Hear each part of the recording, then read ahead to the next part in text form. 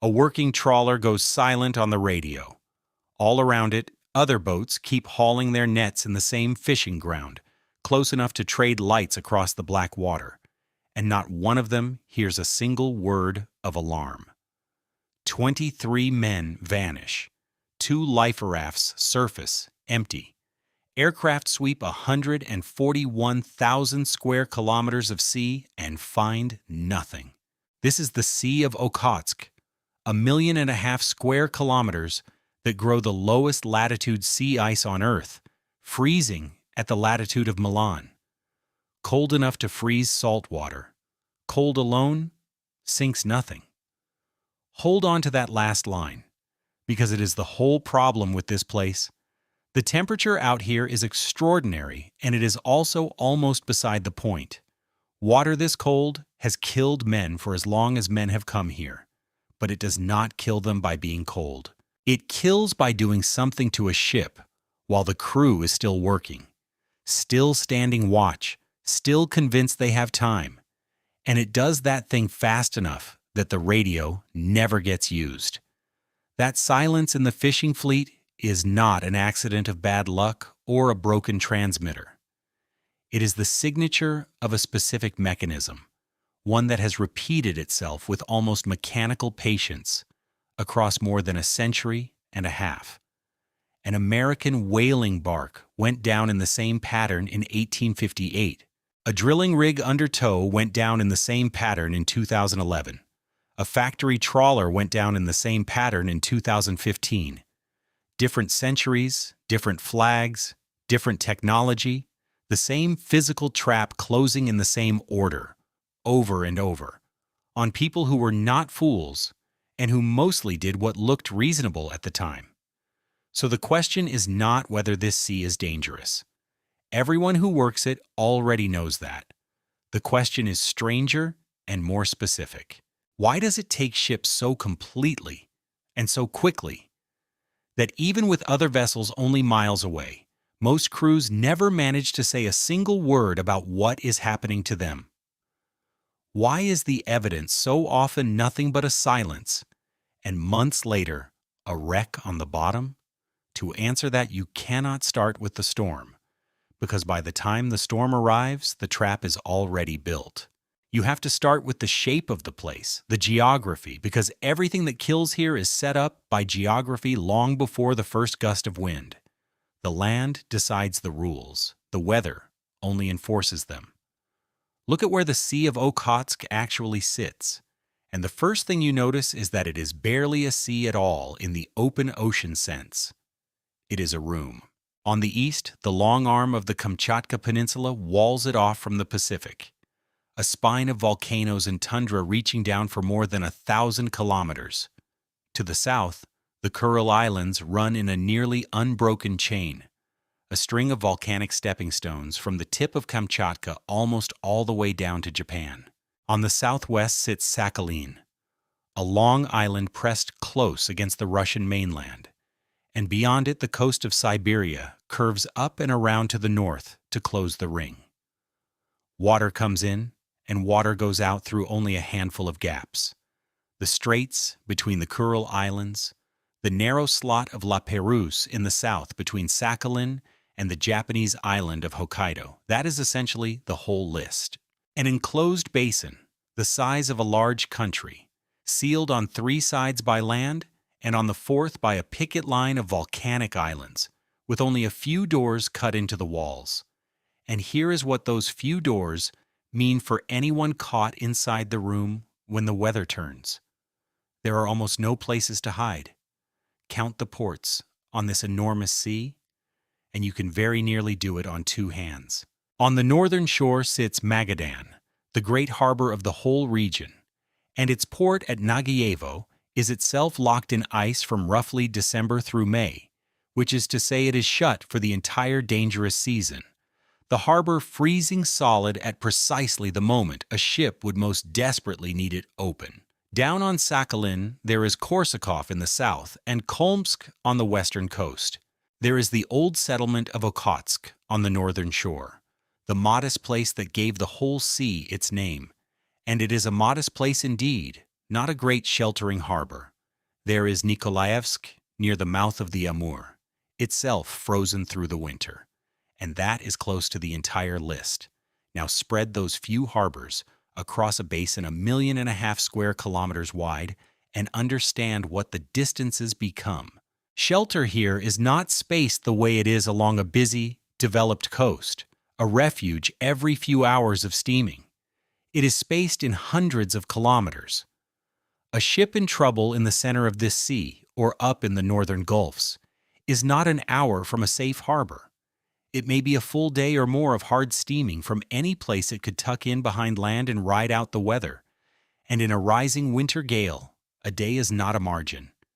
It is a sentence. The same enclosure that walls out the warmth of the Pacific also walls the ships inside it, with almost nowhere to run. The exits are no comfort either. To actually leave the sea, a ship has to reach one of the gaps in the wall, the straits between the Kuril Islands or the narrow slot of La Perouse in the south. And from the middle of the basin, those doors are themselves a long way off, through the same weather and the same ice. There is no quick way out of the room. You are either in it or you are not. And in winter, getting out is its own voyage. That geography, the enclosure, the scarce ports, the distant exits, is not a backdrop to the disasters in this story. It is the first cause of every one of them. The thing that turns a survivable emergency somewhere else into a fatal one here, because it removes the one resource every mariner in trouble depends on, somewhere close to run to. And the sea has more than one way of taking away the little that geography leaves you. Cold and ice are the famous killers here, but visibility is a quieter one that sets up the others.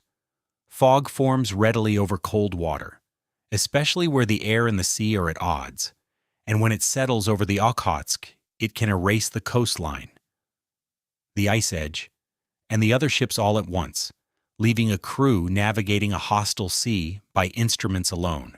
That matters more here than it would in most places, because on a sea where the land itself can kill you, where the ice edge is a moving lethal seam, and where the nearest other vessel is your only realistic rescue, being unable to see any of them removes exactly the references you most need. A captain trying to claw off a lee shore he cannot see, or judge his distance from an ice edge he cannot make out, or find the boats that might save his crew, is running the same trap blind. Radar helps, and modern navigation helps, but they do not turn a fog-bound approach to ice or land or a rescue into anything other than slow and fraught. It is one more instance of the pattern that governs everything out here. Technology improves what you can know, and it does not change the physical fact that you are far from shelter, close to hazards that move, and dependent on help that is itself struggling through the same conditions to reach you.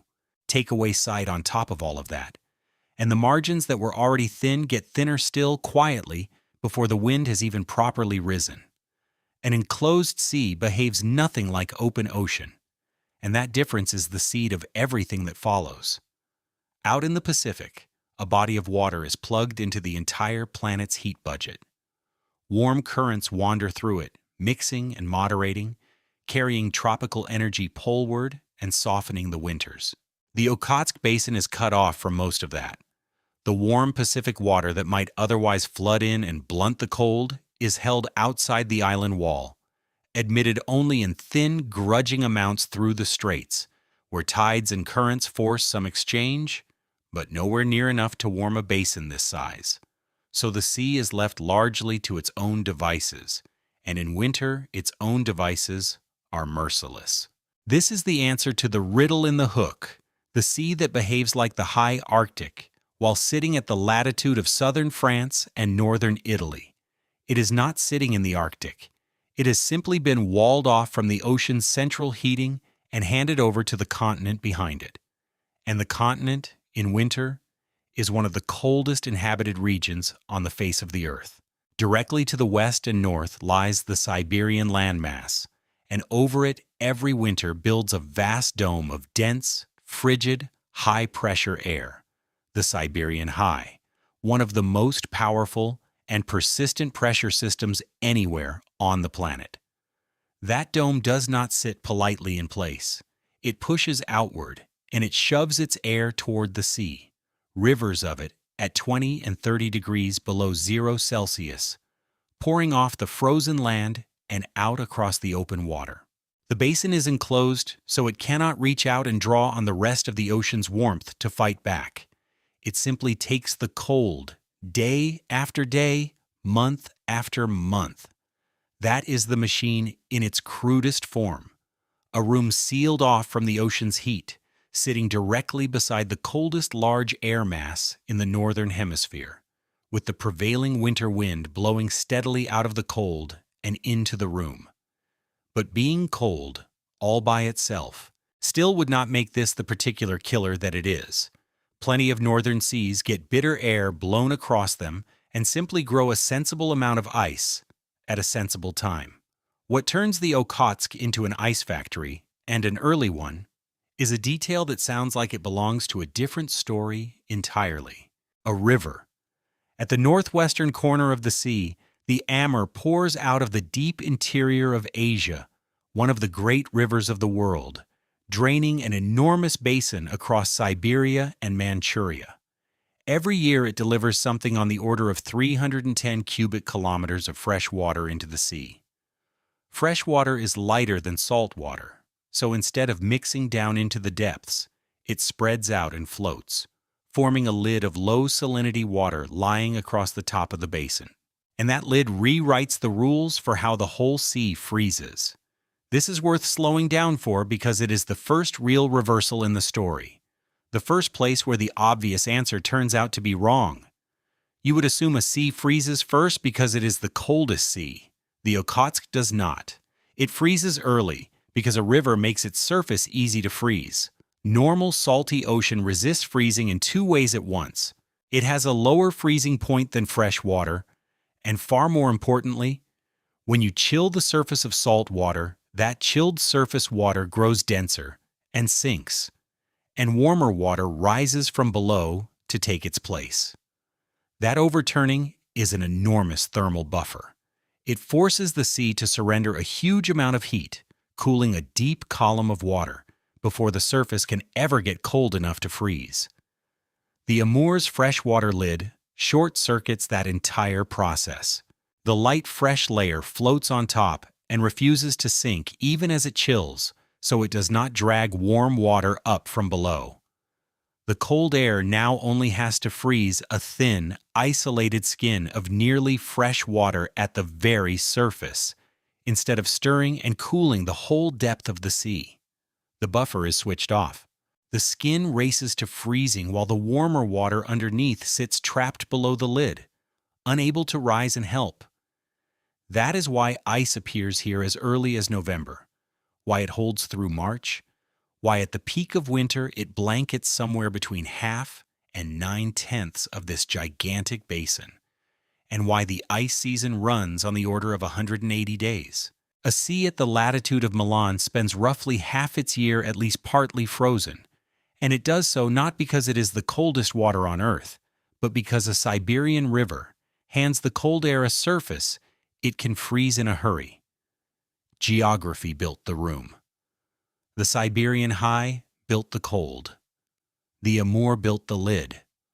Only now, with all three of those in place, does the water begin to turn dangerous in the exact way that fills the rest of this story. Notice how much had to be true before a single ship was ever in peril. This is not a wild, chaotic sea. It is an assembled one. And there is a sting folded into that assembly. The same freshwater lid, the thing that makes this sea freeze early and hold so many ships, is also the thing that makes the Okhotsk one of the most productive seas on the entire planet.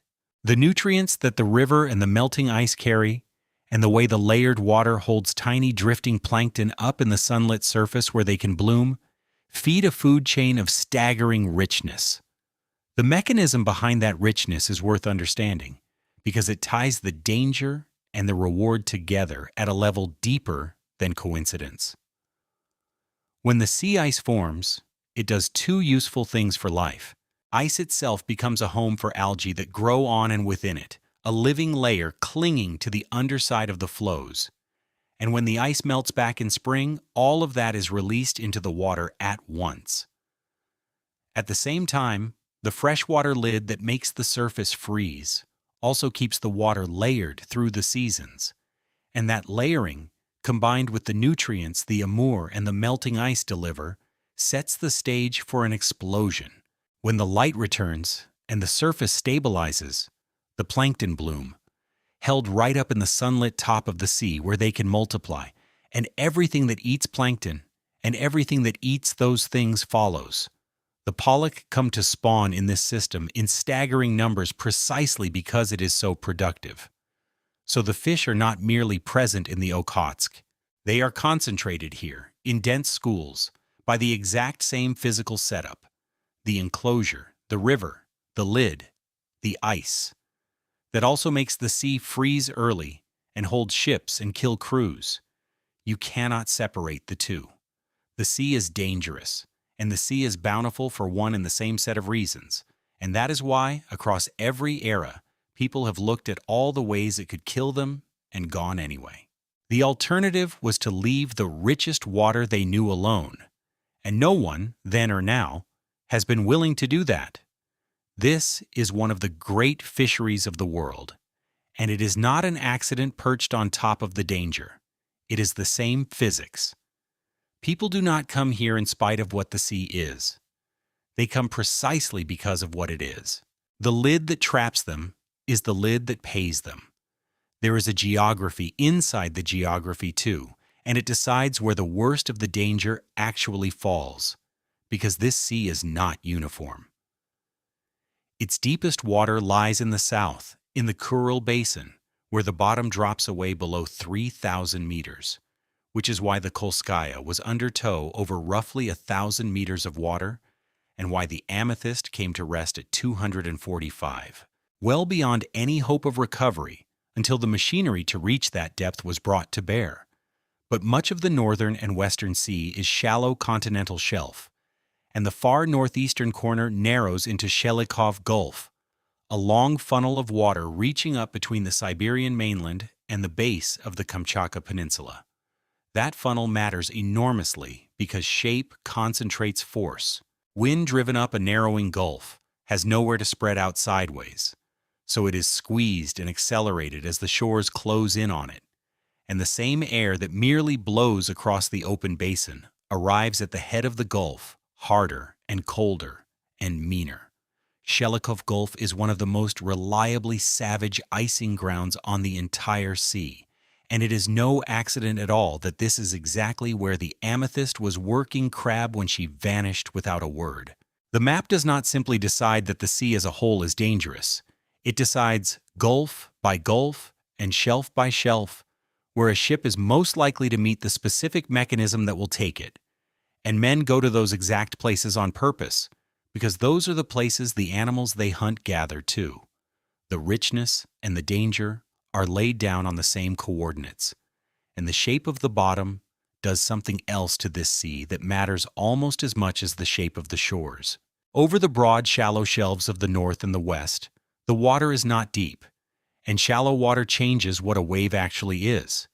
In the open ocean, a big wave can still be relatively gentle, a long, rolling hill of water that lifts a ship, carries it up, and sets it down again with room to spare. Drive that same energy into shallow water, and it has nowhere to go downward, so it stacks upward instead. The waves grow shorter, steeper, and closer together, walls of water rather than hills, marching in with less and less space between them. And that spacing is the hidden killer, because a ship needs a moment after each blow to roll back upright and gather itself before the next one arrives. Take that moment away. Pack the waves in tight and steep, and the vessel is struck again while it is still recovering from the last hit, driven from one impact straight into the next, with no pause to right itself in between. That is punishing on any hull.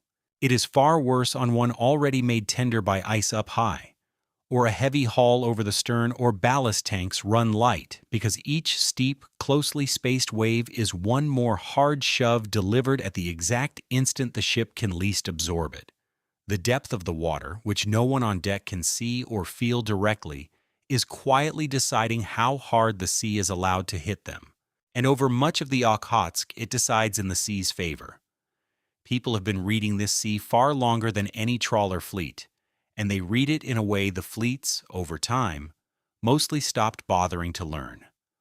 Around its coasts lived peoples who built their entire survival on understanding ice and wind. The Nivkh and the Wilta near the mouth of the Amur and along Sakhalin, the Ainu in the south, on Sakhalin and the Kurils and Hokkaido, the Even and the Koryak, along the northern and northeastern shores. Their knowledge was not folklore, and it was not superstition.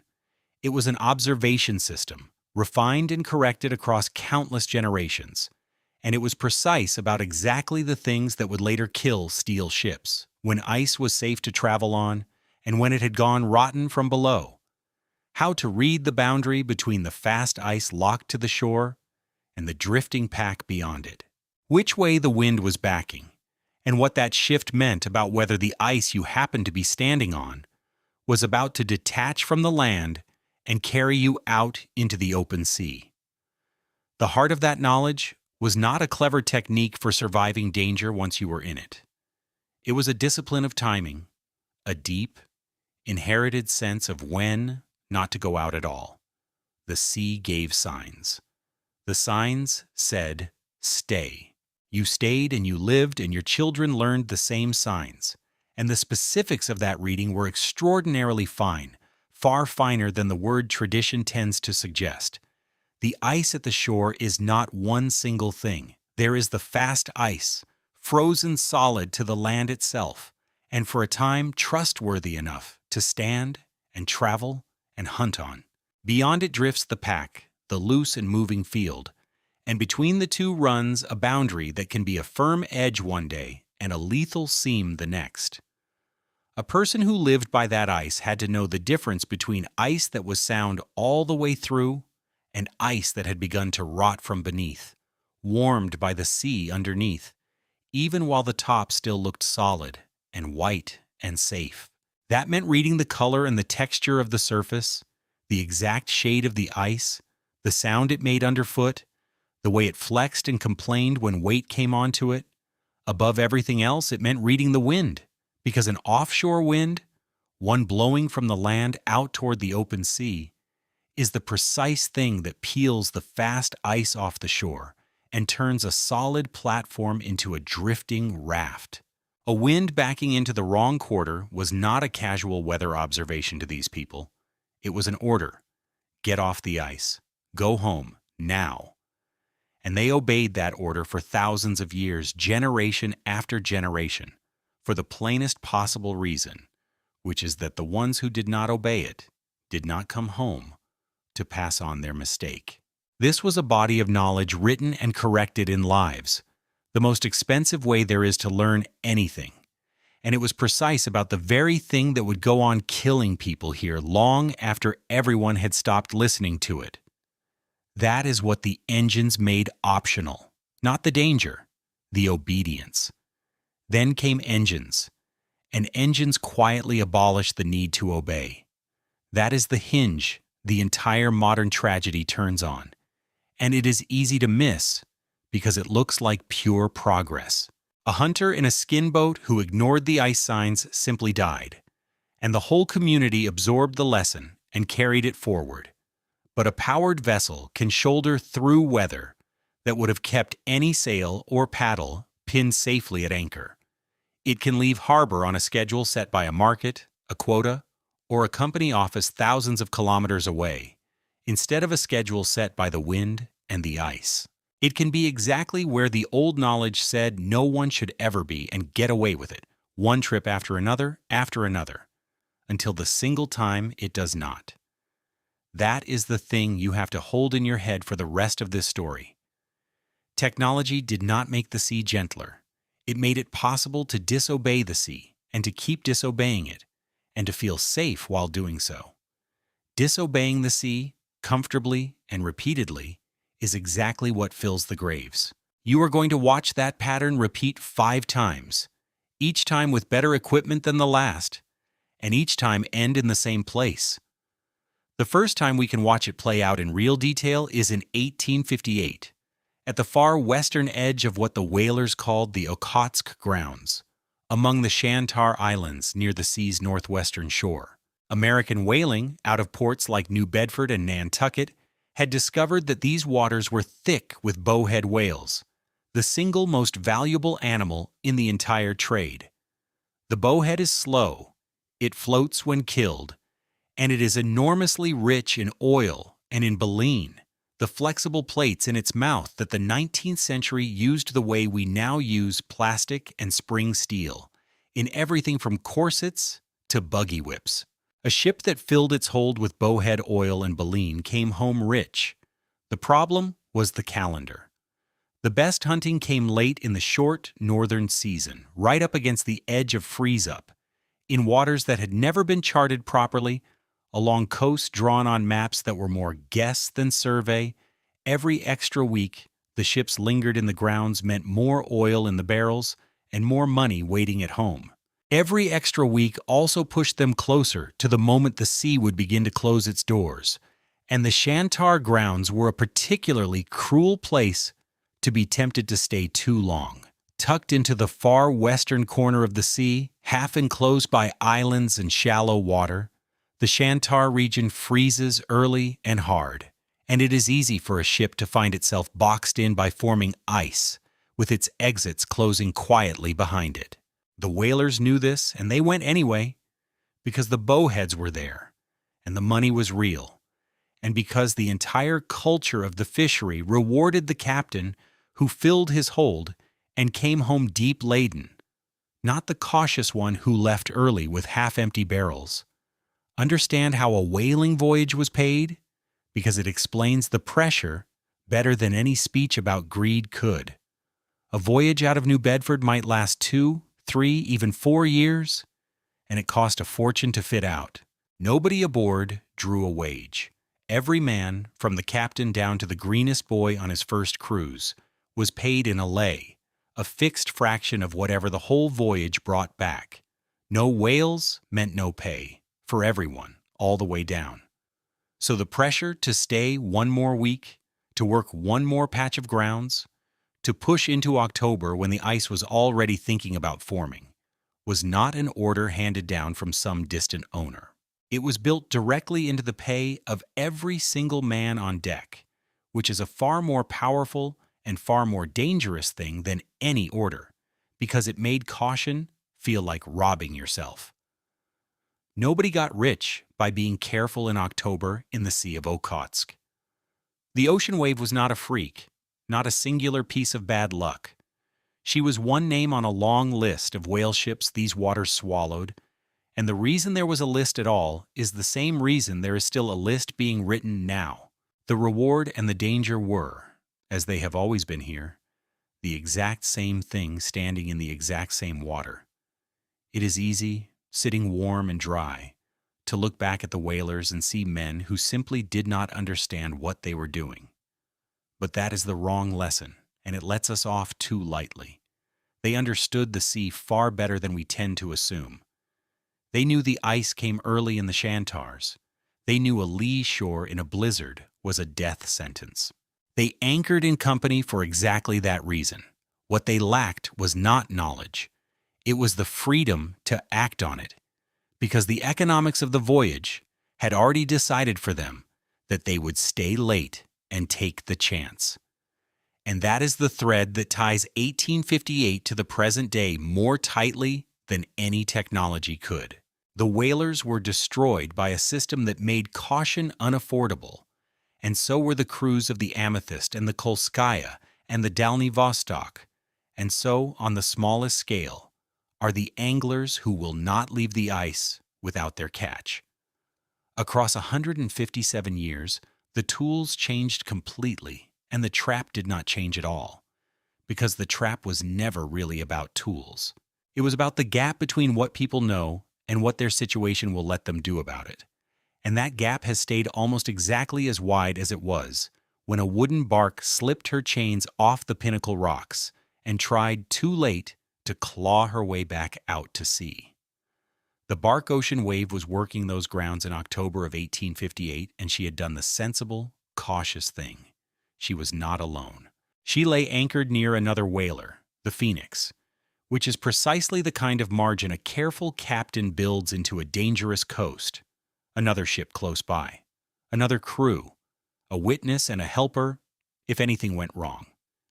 That is what apparent safety looks like.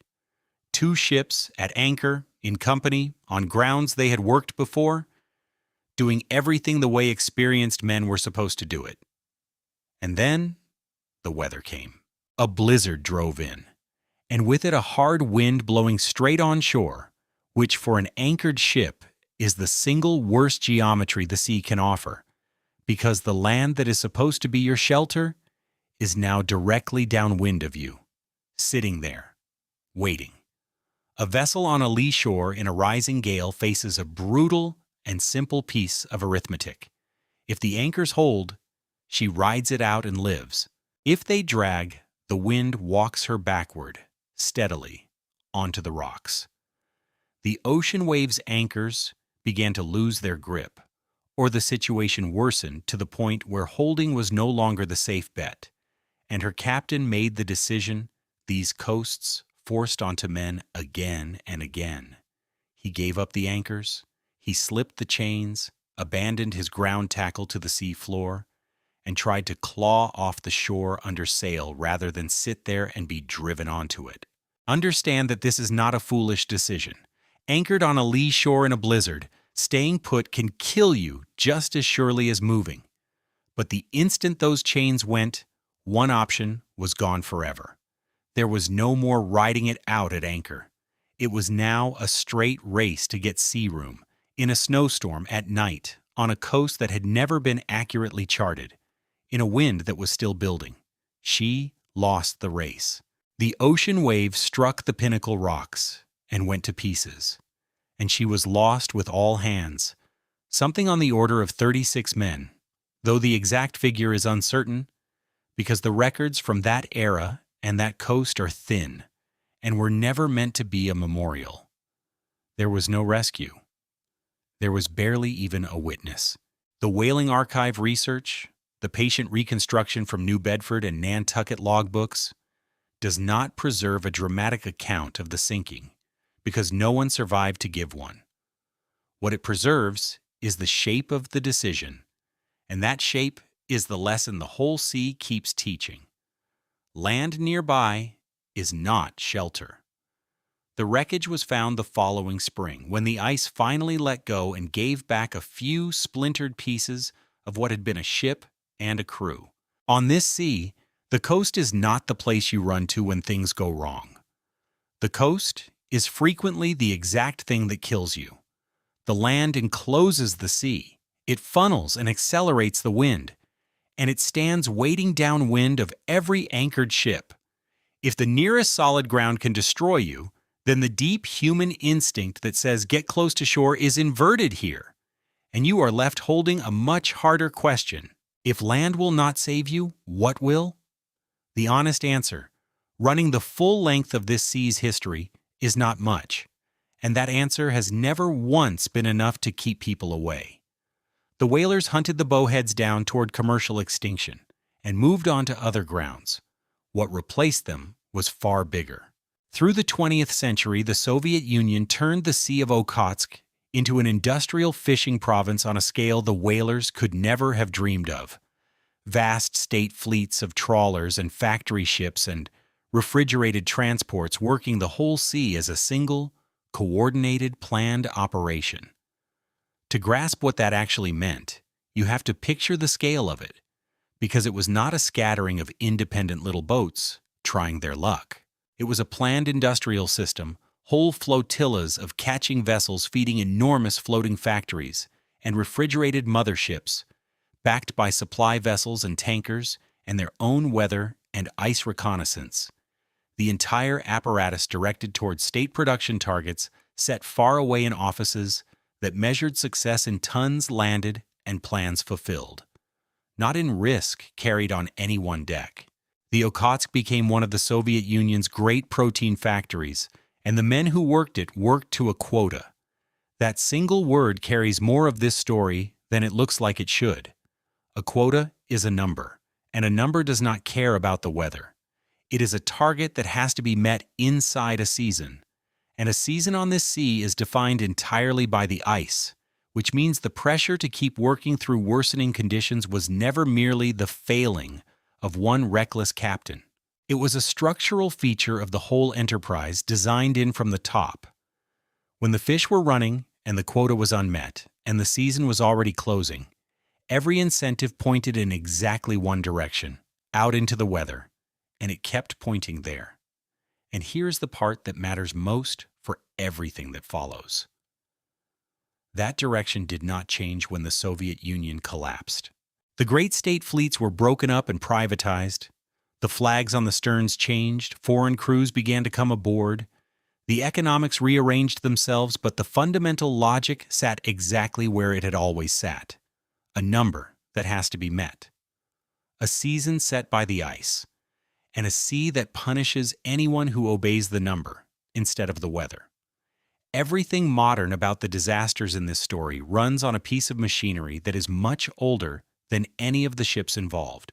And underneath all of it, then and now, was the fish that is still the true prize of these waters. The Alaska pollock, also called walleye pollock, which gathers in the Okhotsk in numbers that support the largest fishery of its kind anywhere on Earth. Millions of tons of it, year after year.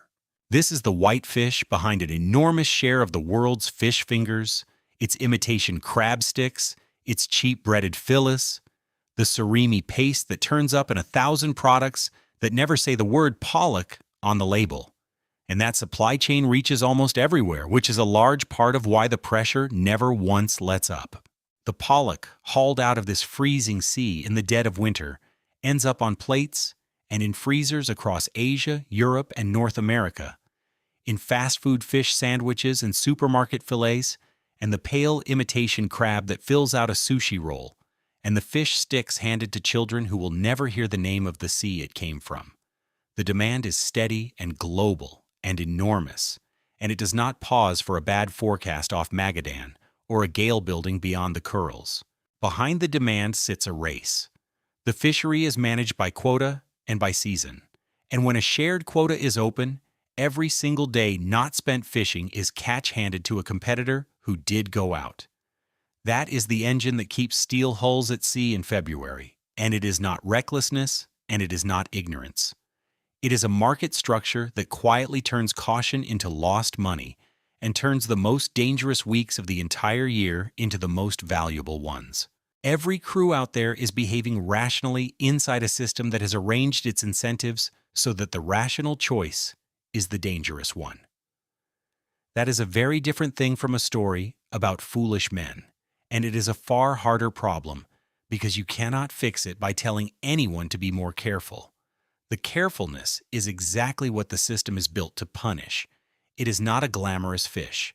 It is one of the most important sources of protein on the planet, and the Sea of Okhotsk is the beating heart of its supply. The catch always is when. The pollock concentrate in dense, catchable, spawning schools in the depth of winter, roughly January through April, which is to say in exactly the months the sea is at its most murderous. The fish gather to spawn in the cold, and the cold is the entire danger. So the fishery is not scheduled around the safety of the people who work it. It is scheduled around the fish, which means it is scheduled around the ice, which means the whole economic engine of this sea runs at full throttle precisely during the window when the water is most capable of killing everyone running it. That is the second reversal, and it is colder than the first, because it is not about luck at all. It is not that fishermen occasionally get caught out by a bad winter. It is that the industry's calendar is deliberately, structurally set to the most dangerous window the sea has to offer, because that is when the money is physically in the water. Every crew out there in February is out there on purpose, in the worst conditions the year produces, because the alternative is not fishing safely in summer. The alternative is not fishing at all. And the people doing that fishing are increasingly not the people the old Soviet system once put aboard. As the fleets passed into private hands, the crews became a mix. Russian officers on the bridge and in the engine room, and a growing number of foreign workers from across Asia signed on for the season down in the holds and on the processing lines. Some of them, as the Dalny Vostok would soon make horribly clear, aboard without proper documentation at all. It is hard, cold, dangerous, poorly protected work, and work like that tends to draw the people who have the fewest other options, which is its own quiet form of pressure and its own quiet stacking of the odds. A crew that badly needs the season's pay is not a crew that pushes back hard against a captain's decision to keep working through deteriorating weather. A worker who is aboard without papers is not a worker with much power to insist on anything. So the economic logic that fills this sea in winter does not stop at the office that sets the quota or the market that buys the fish. It reaches all the way down onto the deck, into the question of who exactly is standing there when the ice begins to build, and it arranges things so that almost nobody in the whole chain, from the boardroom to the processing line, has both the power and the incentive to say the one word that would save them, which is stop. Strip away the disasters for a moment and just look at the ordinary days, because the ordinary days are where almost everyone on this sea actually lives, and they are not dramatic at all. They are cold, repetitive, grinding work. Men stand their watches. They shoot the gear and haul it back. They gut and sort and freeze fish on a heaving processing line under hard fluorescent light while the sea slams the hull a meter from their heads. They chip ice off the rails when it builds, not because a catastrophe is unfolding, but because chipping ice is simply part of the job in winter, a chore. No more remarkable to them than clearing a driveway. They read the weather, adjust the course, secure the catch, grab a few broken hours of sleep, and get up and do all of it again. For every ship that capsizes, there are thousands upon thousands of voyages where nothing goes wrong and everyone comes home tired and paid. And that is precisely why the danger is so easy to underrate from the inside, voyage after voyage. The mechanism that kills is not some rare monster that comes roaring out of nowhere and announces itself. It is the same spray, the same cold, the same heavy haul, the same crowded grounds that are present on every single ordinary trip, only tipped, on one particular night, one increment too far.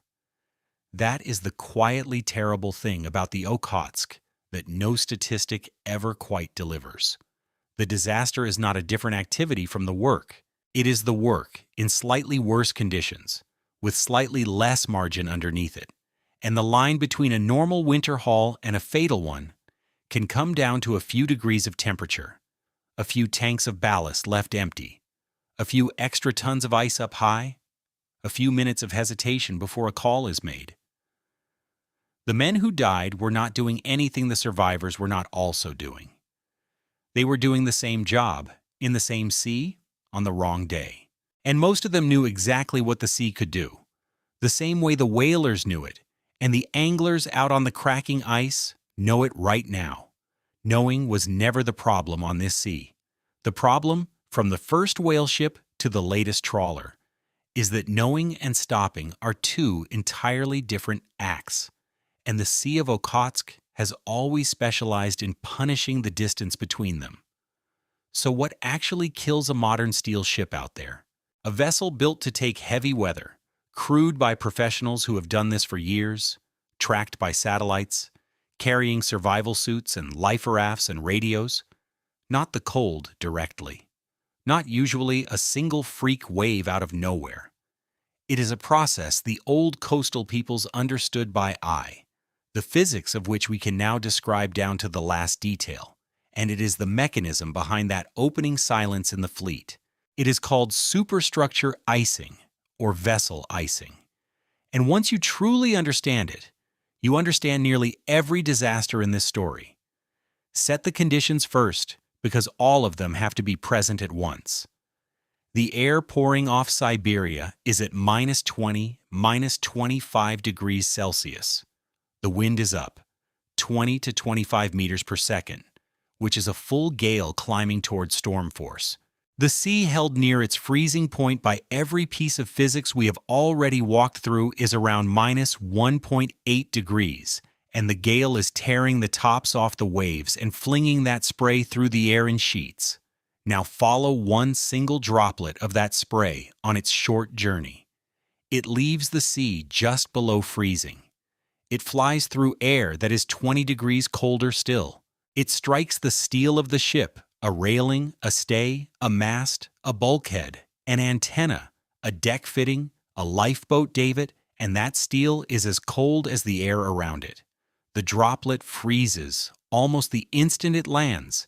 Then the next droplet lands on top of it and freezes. Then the next. The ship keeps steaming, or keeps working on station, driving on into the spray, and every surface facing the wind and the sea begins to sheath itself in ice, growing not over days, but over minutes, centimeter by centimeter, a living skin of ice thickening across the whole windward face of the vessel.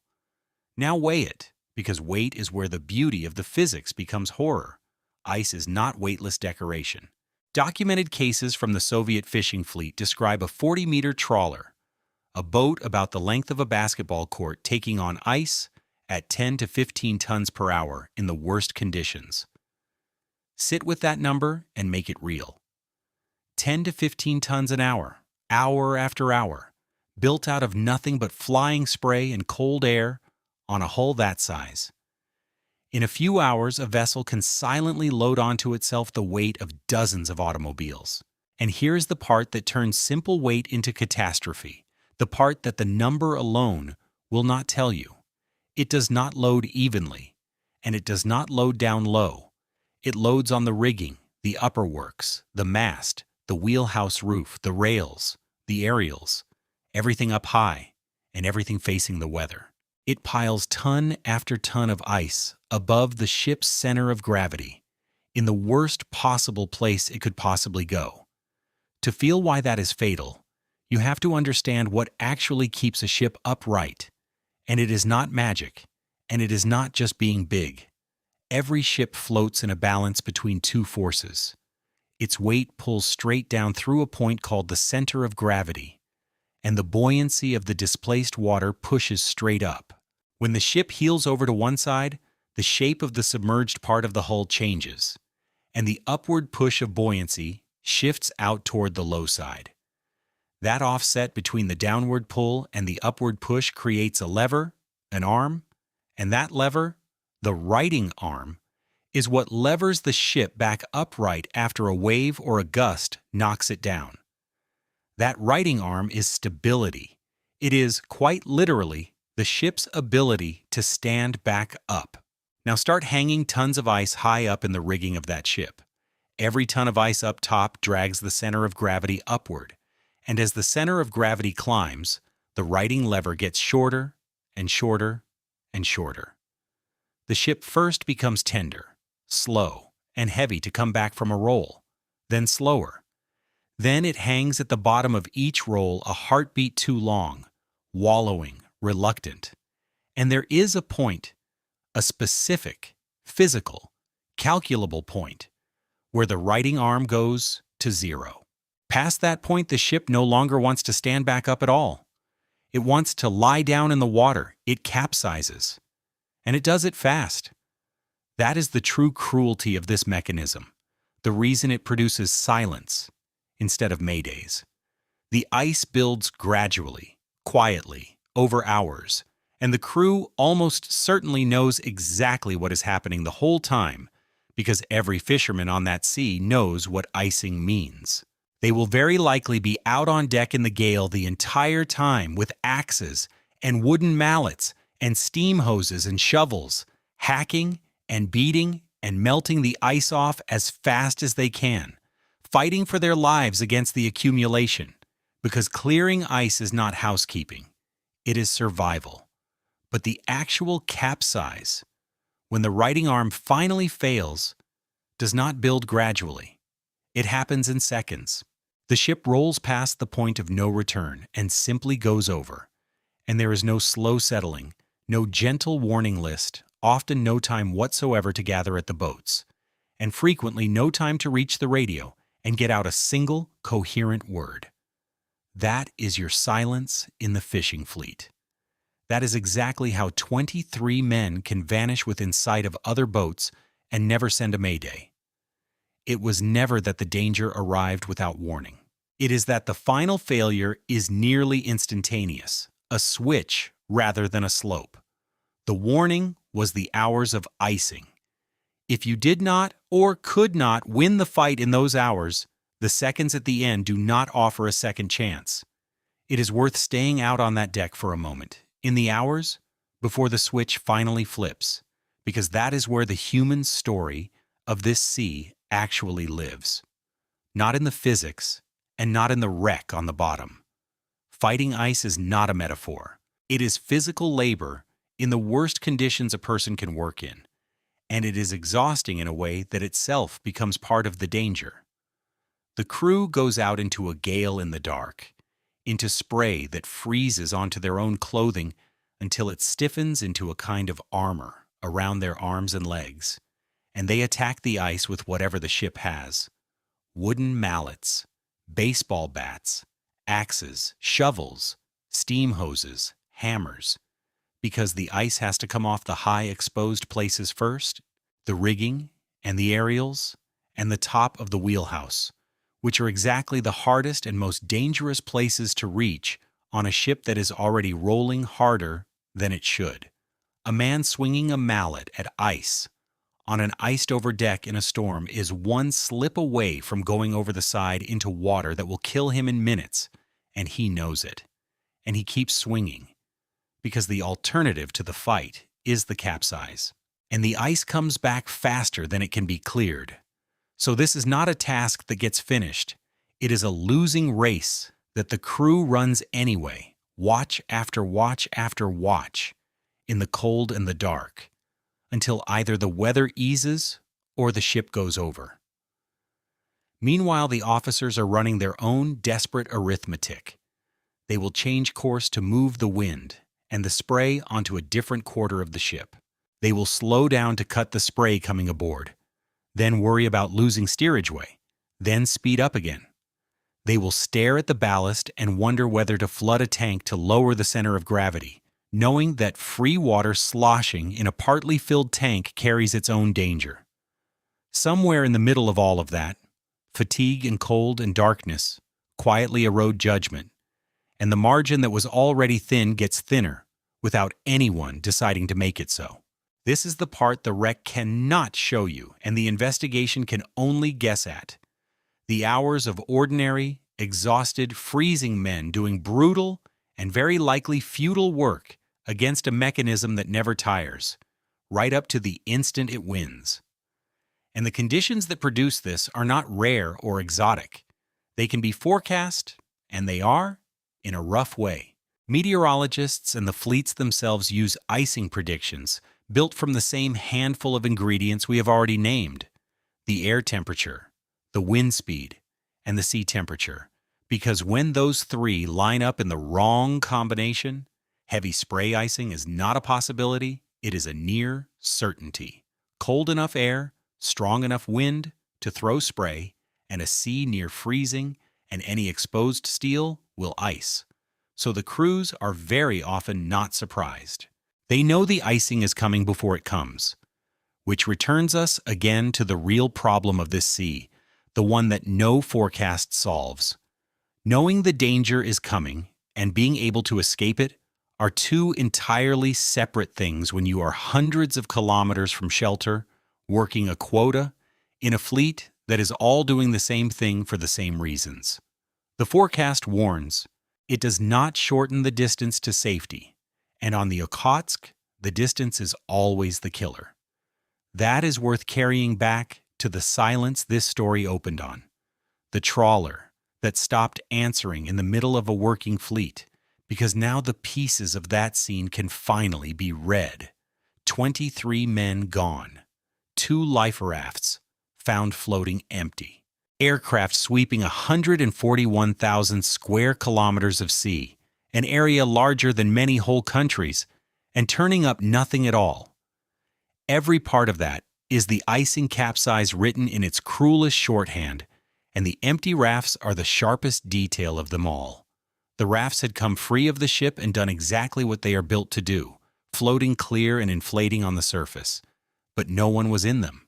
That single fact tells you the vessel went over so fast that not one of the crew had the handful of seconds it would have taken to reach the very things designed to save their lives. The rafts survived. The men did not. And the sheer size of the search that followed, 141,000 square kilometers combed by ships and planes for a hull or a body or a scrap of anything, is the measure of how little this sea gives back. When a ship goes down here without a distress call and a last fix, the search is not really a rescue at all. It is a slow confirmation, spread across an impossible expanse of freezing water, that there was nothing to reach in time, and in the end, almost nothing left to find. Now take that mechanism and walk it into a real ship with real men aboard, because physics on its own is just an equation, and an equation is not the same as watching it close over people. In February of 2011, up in the northern reach of the sea called Shelikof Gulf, a stretch of water notorious even by Okhotsk standards for how ferociously it ices, the crab fishing vessel Amethyst was working.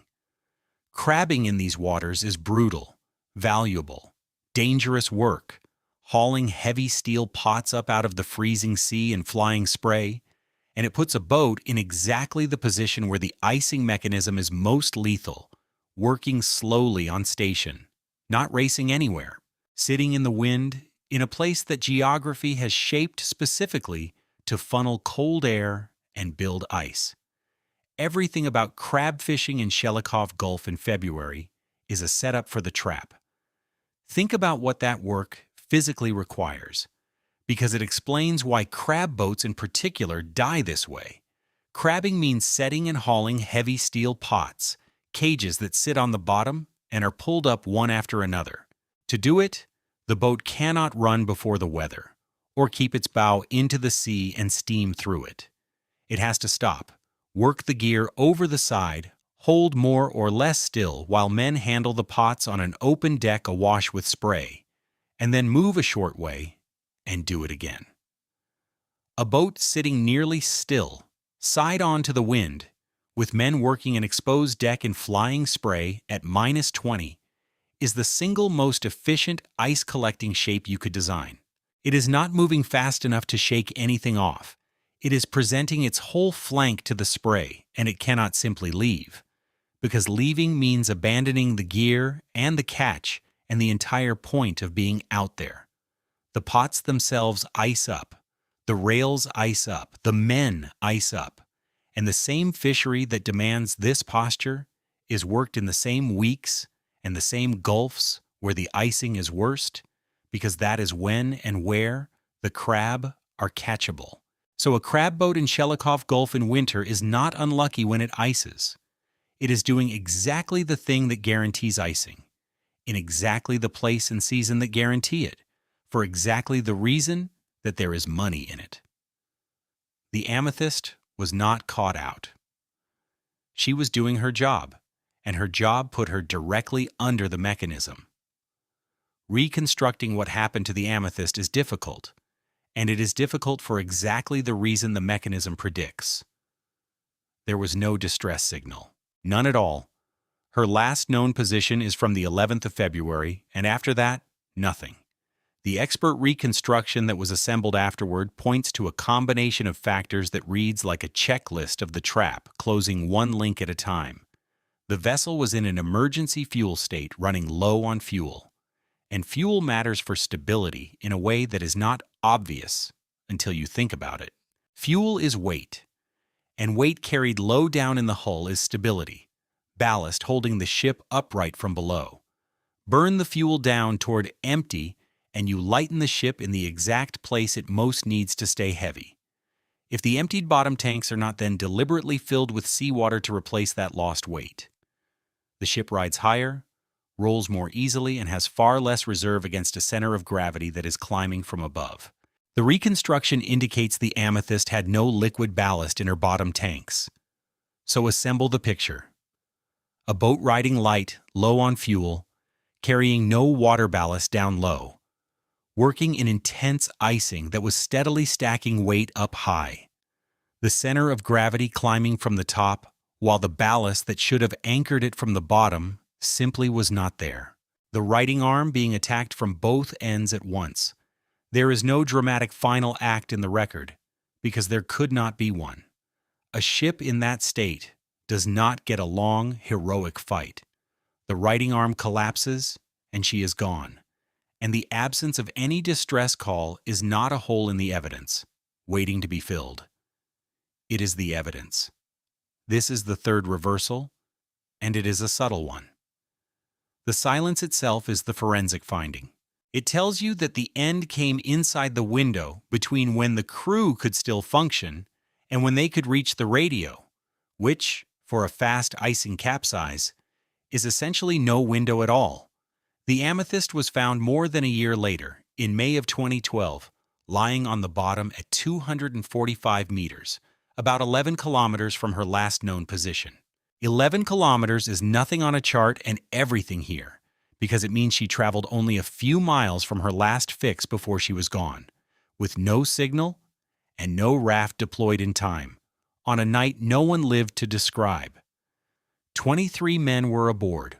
Some sources say 24, one of the small, grim uncertainties in the exact count that shadow almost every incident on this sea.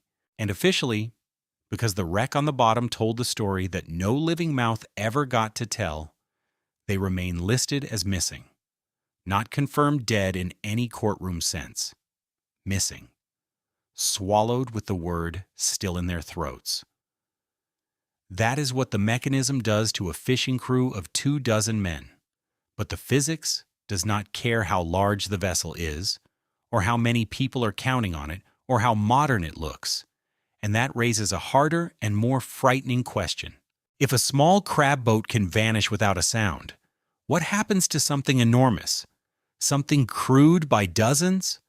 Something that every single person aboard assumed was simply too big, too solid, too well supported by escorts and satellites to be taken by mere spray and cold air?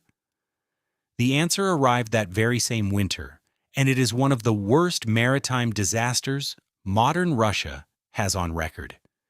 And the thing that was enormous was not even out there for the fish. The same enclosed sea that grows the ice and feeds the pollock also sits over oil and gas, and off the northeastern coast of Sakhalin lie some of Russia's most important offshore energy fields, the reason there is any heavy industry on this water at all beyond fishing. Reaching that oil and gas means putting a completely different class of machine onto the sea, drilling platforms and the rigs that service them, structures worth staggering sums, working to a schedule set by contracts and drilling windows, and the same short weather season that governs everything else here. And unlike a trawler, a drilling rig cannot take itself from one place to another. It has to be towed, slowly, low and awkward in the water, exposed the entire length of the passage to everything the sea can throw at it, for days at a time. So the reward of the Okhotsk had pulled in yet another kind of operation, larger and more expensive, and far more confident than any fishing boat, run by an industry used to imposing its will on difficult places. And it handed the same old sea a new and much bigger thing to take. In December of 2011, it took one. The Kolskaya was a jack-up drilling rig, a mobile offshore drilling platform, the kind of structure that stands on 3 or 4 tall legs. It lowers to the seabed so it can drill for oil and gas above the waves. She was not built to make ocean voyages on her own power. She had to be towed everywhere she went. In December of 2011, she was being moved across the Sea of Okhotsk, undertow by the icebreaker Magadan and the tug Neftegas 55, on a passage across roughly 200 kilometers of open water off the coast of Sakhalin, over a place where the sea is around 1,000 meters deep. Every clause of that sentence should make you uneasy, and the people who later investigated the disaster were a great deal more than uneasy. A winter tow of that rig, in that season, across that particular sea, was not authorized. By the findings, the operation should not have been happening at all. It was a schedule imposed on the sea, in the teeth of everything the sea does in December, and it was being run anyway. And the conditions were exactly what this basin manufactures in December. Nothing exotic, nothing freakish, just the ordinary machinery of the place running at winter strength. Winds around 25 meters per second, seas of 5 to 6 meters, air at -17, and spray, freezing spray, building ice on the rig's legs and its deck and its structure, the same mechanism as always, now working on an object whose stability margins for being towed through a winter storm were never generous to start with. On the 17th and 18th of December, the sea began to win the physical argument outright. The hulls took damage. Portholes were stove in by the waves, and the moment the sea can get inside a hull, the entire game changes, because now water is coming aboard and pooling in the interior, adding its own free weight, and worse, sloshing back and forth with every roll, dragging at the ship's ability to right itself, throwing its weight to the low side at exactly the wrong moment in each roll.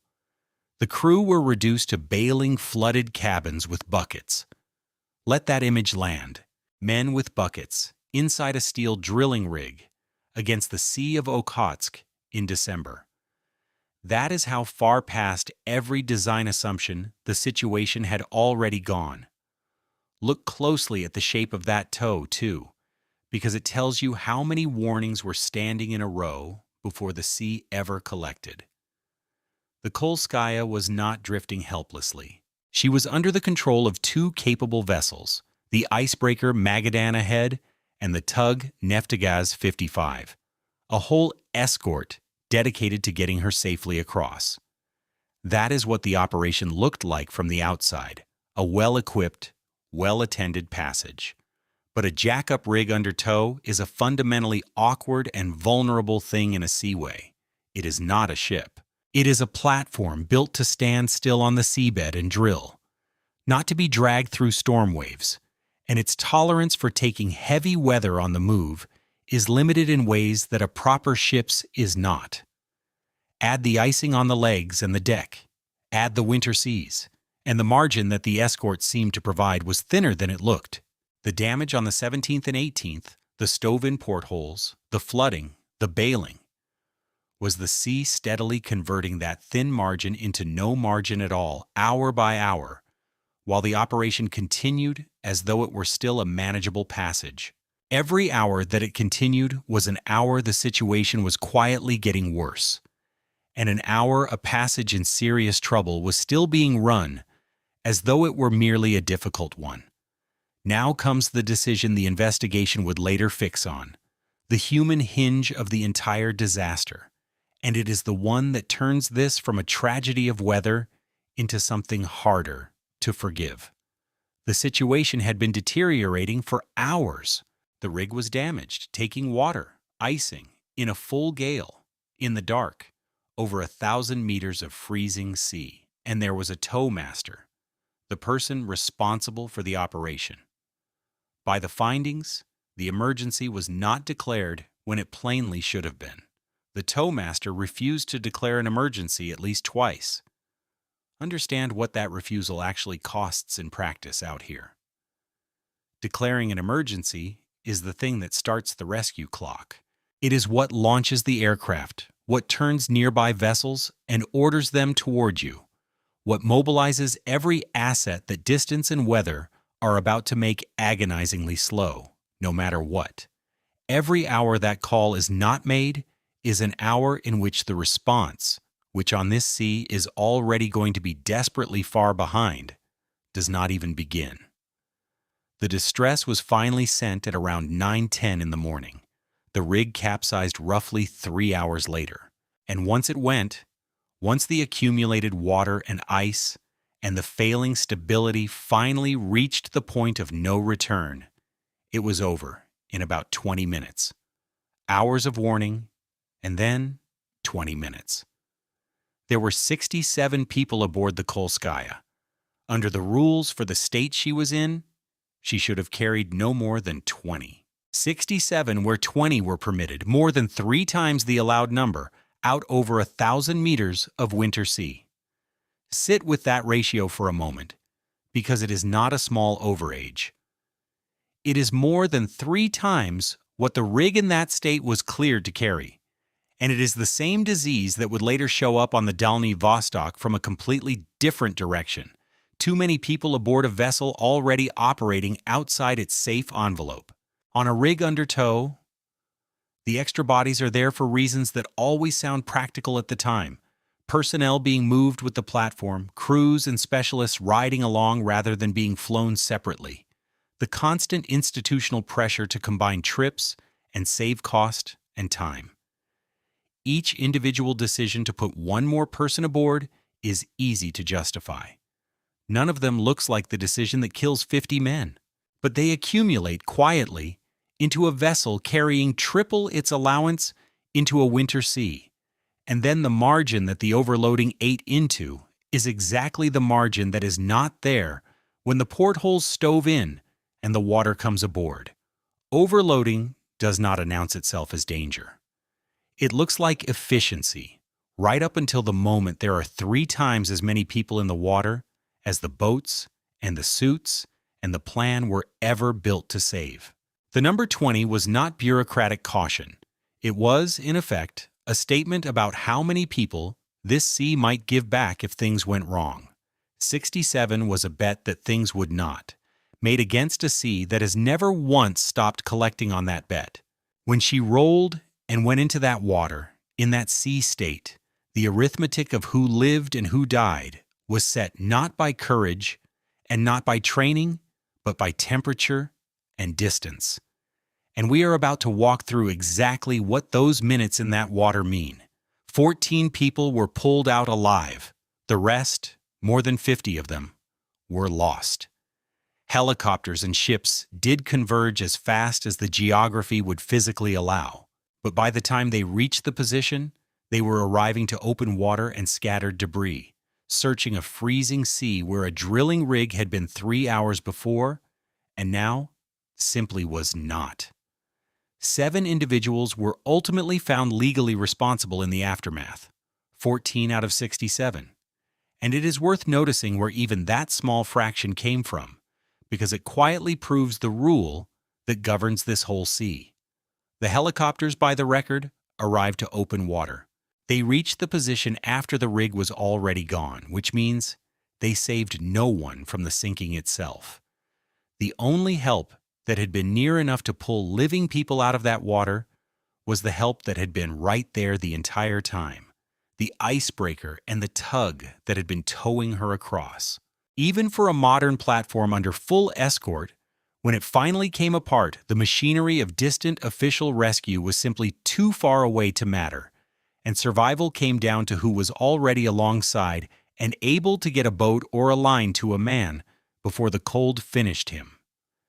That is precisely the same arithmetic that governs a lone crab boat, with nothing at all near it, only run in reverse. The Amethyst had no one alongside, and no one came back. The Kolskaya had 2 vessels alongside, and 14 men did. The single thing that changes from one disaster to the next, more than the forecast, or the radio, or the survival suit, is how many hulls happen to be within reach at the moment the righting arm fails. Hold that number in your mind, because there is one more disaster still to come, where it climbs higher than anywhere else in this story, and everything turns on it. And the deepest lesson of the Kolskaya is not just that rules were broken, though they were, comprehensively, from the unauthorized tow to the overloading to the fatal delay. It is the reversal sitting underneath all of that, the 4th reversal in this story, and maybe the most important one for understanding everything that has happened out here. All of that technology, the icebreaker escort, the powerful modern tug, the drilling rig itself, the satellite communications, did not raise the crew's odds of surviving that night. It raised their confidence. It made a winter tow that should never have been attempted feel survivable enough to attempt. And it made an operation that should have carried 20 people feel routine enough to carry 67. The equipment did not expand safety. It expanded the willingness to take the risk, and then the physics of the sea, which had not changed at all, quietly collected the difference. That is the illusion this whole story keeps circling back to, the belief that capability and safety are the same thing, and the Kolskaya is its clearest single instance. The machinery raised the ambition faster than it raised the odds, and the gap between the two is measured in the 50-some people who did not come home. But the Kolskaya also forces open the question that has been sitting quietly under every incident so far, the question the word rescue keeps begging us to ask. Help came. Ships and aircraft genuinely did converge on the position. So why did all that converging help save only 14 out of 67? What does the word rescue actually mean on the Sea of Okhotsk once the signal finally goes out? Because it turns out that here, help being nearby and help being able to reach you in time are two entirely different things, and the gap between them is paid in a currency that runs out in minutes. Start with the water itself, because the water sets every limit that follows. The sea in winter sits around minus 1.8 degrees Celsius, held there by all the physics we have already traced. And a human body dropped into water that cold does not have hours. It has minutes, and the way it runs out of them comes in stages, each one deadly on its own. The very first is cold shock. In the first moments of immersion, the sudden cold triggers an involuntary gasp, a huge, uncontrolled inhalation, and if your head is underwater at that instant, you drown right there, in the first few seconds, before hypothermia is even a concept. The cold shock also spikes the heart rate and blood pressure violently, which can kill a person with any weakness in their heart before anything else has a chance to. If you survive the first minutes, the second stage arrives. The cold reaches the muscles and nerves of your arms and legs and begins to shut them down. This is cold incapacitation, and it is what most people do not understand about cold water. Long before you are dying of hypothermia, while you are still fully conscious and clear-headed and desperate to live, your hands stop being able to grip and your arms stop being able to swim. You can watch a rope or a raft or a rescuer's hand right in front of you and be physically unable to hold on to it. Your body simply stops answering. Only after all of that does true hypothermia, the deep cooling of the body's core, finish the job. The window in which a body in that water can still be pulled out alive and revived is not the afternoon. It is frequently shorter than the time it takes a rescue aircraft to fly out from the nearest base. That single fact governs absolutely everything about rescue on this sea. There is a piece of equipment meant to buy back some of those minutes, and it is worth being honest about exactly what it does and, more importantly, what it does not do. The immersion suit, the survival suit, is a sealed, insulated coverall that a crew is supposed to pull on before going into the water, and where there is time to don one properly, it genuinely helps, sealing out the sea, blunting the first cold shock, and stretching survival time from a handful of minutes toward something longer. On paper, it is exactly the answer to the killing cold. But read that description again, and notice where the whole thing lives or dies, in the words where there is time to don one properly. A capsize from icing happens in seconds, very often at night with the crew scattered around the ship at their work rather than standing by a locker in their suits. A survival suit stowed below is worth precisely nothing if the ship is already upside down in the water before anyone can reach it, and a suit pulled on halfway, unsealed, in a panic, is not a survival suit at all. It is a bag that fills with freezing water and drags a man down. And even a suit that is on and sealed does not shorten the distance to the helicopter. It does not uncapsize the ship, or find scattered men in the dark, or calm the sea enough for a rescue vessel to come alongside without crushing them against its hull. It buys minutes, which on this sea matter more than almost anything, but only if the disaster is slow enough to give you the minutes it takes to put the thing on in the first place. And the signature disaster of the Okhotsk, the fast icing capsize, is precisely the one that is not slow enough. This is the same lesson the whole story keeps teaching in different costumes. A technology improves one link in the chain of survival and leaves the links on either side of it exactly as long and exactly as deadly as they always were. And there is a final bitter turn even inside the rescues that do work, one the word saved tends to hide. Pulling a severely hypothermic person out of the water is not the end of the danger to that person. A body that has been in cold water pulls its blood inward, away from the chilled arms and legs, to protect the core and the heart. When that person is then lifted out and handled and moved, cold, acidic blood from the limbs can wash back into the core and drop the core temperature even further.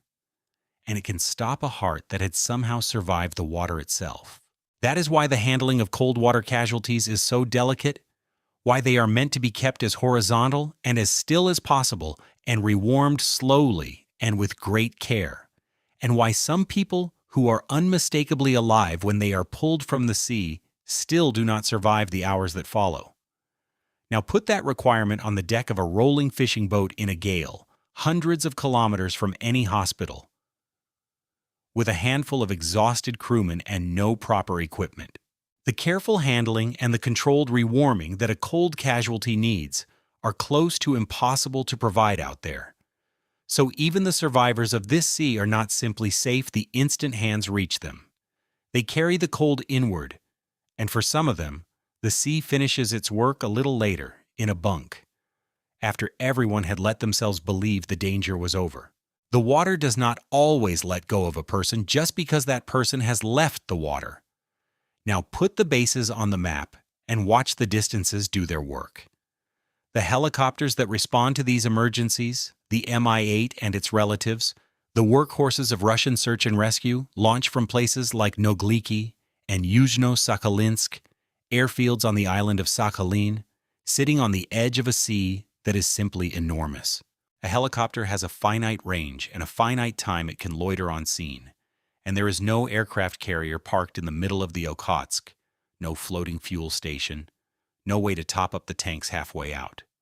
So the machine flies out, and the farther out the emergency lies, the more of its fuel and its airborne time are eaten up simply reaching the position, and the less it has left over to actually search a heaving sea, hover, and hoist people out one at a time.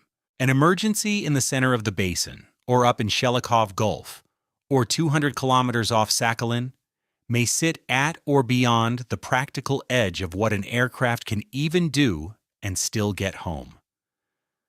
Distance out here is not an inconvenience to be managed. Distance is very often the entire verdict, decided before the rotors even turn. Set the aircraft's clock against the waters, and the cruelty is plain. The helicopter is racing a distance measured in hundreds of kilometers. The person in the sea is racing a survival measured in minutes, and cold incapacitation can take their ability to grab a line or climb into a basket long before the machine even arrives. The two clocks do not overlap, which is exactly why the official rescue out here so often arrives to recover rather than to save. There is also a sequence to any rescue that the phrase "help arrived" skips right over, and every step in it takes time this sea does not give. First, someone has to recognize that there is an emergency at all, which, when the ship goes over in silence, may not happen until a vessel is simply overdue and not answering. Then the emergency has to be reported and authorized, the call made, the assets released. Then the aircraft or the ship has to be prepared, and crewed, and launched. Then it has to travel across all that distance into the same weather that caused the disaster. Then it has to actually search to find small dark heads and a scrap of a life raft in a huge moving gray and white sea, often in bad light or full darkness or blowing snow. Then it has to approach, which in a gale over rough water is dangerous and slow. Then it has to transfer, to physically get people up out of the water or off a raft and into safety, one at a time, while the sea does everything it can to prevent it. Recognition, authorization, preparation, travel, search, approach, transfer. Every link is real. Every link takes minutes or hours, and the body in the water has only minutes total. This is why help nearby does not equal help reachable, and it is the thread that runs through every death in this story, which leads to the single most important and least comforting truth about survival on the Sea of Okhotsk. The real first responder is not the Coast Guard, and it is not the helicopter. It is the other fishing boats. When something goes over out here, the vessels that might actually reach you inside the window the water allows are the ones that were already there, working the same grounds, close enough to turn and steam to you before the cold finishes what it started. The entire official apparatus of state rescue is, more often than not, simply too far, too slow, too limited by fuel and weather and darkness to be the thing that pulls living people out of that water. The fleet saves the fleet, or no one is saved at all. The whole modern apparatus, the aircraft and the icebreakers and the satellites, has changed a great deal about this sea, but it has not changed that. When it goes truly wrong out here, you are as dependent on the boat next to you as the whalers ever were on the Phoenix riding at anchor in the same blizzard that took the ocean wave. Hold on to that hard, because it is the key to the strangest and most important reversal still ahead. The one where the very crowding that puts so many people in danger turns out to be the only reason any of them survive. Before we reach that, though, there is a case that shows the one hazard on this sea that rescue can actually beat. And even that victory carries a price that tells you exactly how thin every margin here really is. Not every threat on the Okhotsk is the fast, silent capsize. Sometimes the danger is its opposite, slow and visible and grinding. And it comes not from the ice building on the ship, but from the ship being caught in the ice. At the turn of the year from 2010 into 2011, in the Sakhalin Gulf, a cluster of vessels got trapped. Not iced over and capsized, but boxed in by the pack ice itself. Under the wrong wind, the drifting pack does not stay in loose, navigable flows with lanes of water between them. It compresses. Wind and current drive the flows together, packing and grinding them until they weld into a nearly solid field stretching for kilometers. And any ship caught inside that field is simply held, gripped by millions of tons of ice with nowhere to go, unable to make way, at growing risk of the ice squeezing hard against the hull itself. Over the course of that trapping, several vessels were caught. The factory ship Sodrujestvo, the refrigerated transport Bereg Nadezhdy, the research vessel Professor Kizaveter, the trawler Maisa Lazavity, and later the Anton Gurin. Aboard them, all told, were something like 400 people. Not in the water, not capsizing, just stuck in the middle of a freezing sea as the ice locked tighter around their hulls week after week. It is worth understanding why a ship cannot simply drive its own way out of that, because the instinct is to assume an engine is always an escape, and here it is not. Pack ice under compression is not a loose field of flows you can nose through, picking your way from one lane of open water to the next. Wind and current press the flows edge to edge until the entire field is in contact and under pressure, and then it stops behaving like a scattering of ice and starts behaving like a single, slowly moving solid, one that can grip a hull on every side at once and, at its worst, squeeze it hard enough to threaten the plating. A merchant ship's hull is not built to be squeezed by ice, and its engine, however powerful for driving through water, is nowhere near powerful enough to force a path through a compressed field that may run for kilometers in every direction. That is precisely and only what an icebreaker is for. An icebreaker does not simply push harder. It uses a specially shaped, massively reinforced bow to ride up onto the ice and break it downward with the sheer weight of the ship, opening a channel behind it that trapped vessels can then follow in single file, nose to tail, like a convoy threading a needle. But here is the cruelty even of the rescue. That channel is not permanent. In a sea this cold, with the wind still pressing the floes together, the broken ice drifts back in, and the open water skins over and refreezes behind the icebreaker, almost as fast as it can be cleared. The rescuers are fighting the same enclosure and the same cold that trapped the ships in the first place, and it is trying to undo their work in real time.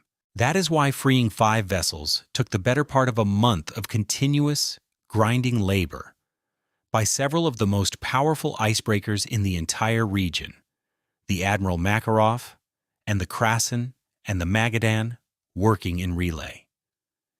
Even the one fight this sea allows you to win. It makes you win slowly, and at a cost you then have to argue about in court. The trapped fleet also exposed a hazard that haunts any ship trying to cross this sea rather than fish it, which is that the ice does not sit still and wait politely to be avoided. A route that is open when a ship enters it can close behind that ship as the wind shifts and the floes drift, so that the path it traveled in is no longer the path it can travel out. A vessel can find clear water ahead and then, hours later, find the way back sealed, boxed into a shrinking pocket by ice, moving faster than the ship can retreat through it. This is the same enclosure that defines the whole sea, now working on the scale of a single voyage in a single afternoon. There is no fixed, dependable channel to follow, because the channel is made of drifting ice, and it rearranges itself with every change in the weather. A captain reading a clear lane on his radar is reading a snapshot, not a road. And the difference between those two things can be the difference between a passage and a trap that takes a fleet of icebreakers a month to open. It is one more reason the old coastal knowledge was built around timing rather than around routes.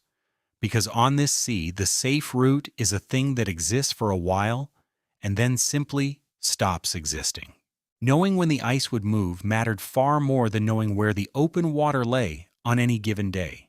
And that is a lesson a radar screen, for all its precision, cannot teach a crew, because the screen only ever shows them the sea as it is in that instant, never the sea as it is about to become. And this, precisely because it is slow, is the hazard that rescue can in principle win, because ice trapping does not kill in minutes. It gives you time, and time is the one thing every other scenario on this sea flatly denies. The ships were not sinking. The people had shelter and, for a while, food and heat and fuel. So the response could be the thing the fast disasters never permit: methodical and sustained, an actual planned operation, rather than a doomed race against a falling core temperature. Russia sent its icebreakers, the Admiral Makarov, the Krasin, the Magadan, ships built for precisely this: to break a channel through heavy pack ice and lead trapped vessels out along it one at a time. And they did it. Everyone came out alive.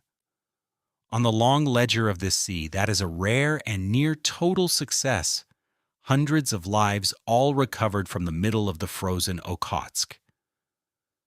But look hard at the price, because the price is the entire point. Freeing those ships took about a month. A month of heavy icebreakers grinding open channels that the wind and the cold kept trying to freeze shut behind them, in a sea absolutely determined to reseal every path the moment it was opened. The direct cost ran to something like 180 million rubles, roughly $7 million, and even that figure had to be fought over afterward in the courts to decide who would actually pay for the rescue of their own trapped ships. And here's the reversal folded inside the one clean victory. This was the winnable hazard. This was the single scenario where the sea handed over enough time for rescue to genuinely work, where the machinery of the state functioned more or less the way it is supposed to. And winning it still took a month, and millions of dollars, and a fleet of the most powerful icebreakers in the region, and then a lawsuit. If beating the one slow, forgiving danger the sea offers costs that much, then you finally understand how vanishingly little room there is for all the others, the fast ones, the silent ones, the ones that hand you not a month and not an hour, but a few dozen minutes. The ice trap answers the rescue question by turning it around. So what happens when there is no month? When the danger is the kind that gives no time at all, and the only help that can possibly matter is the help that was already alongside. That is the Dalny Vostok, and it is the case where every single thread in this story pulls tight at the same instant. It is the largest of the modern disasters by the sheer number of human beings involved, and it holds the sharpest reversal of them all, the one that turns your understanding of the whole thing inside out. On the 2nd of April, 2015, the large factory trawler Dalny Vostok was working the Pollock about 300 kilometers from Magadan, out in the open Okhotsk, in the very heart of the fishing season. She was a big ship, a floating factory, built to catch fish by the 100-ton and process and freeze them right there aboard, and she carried an enormous crew to do that work. 132 people.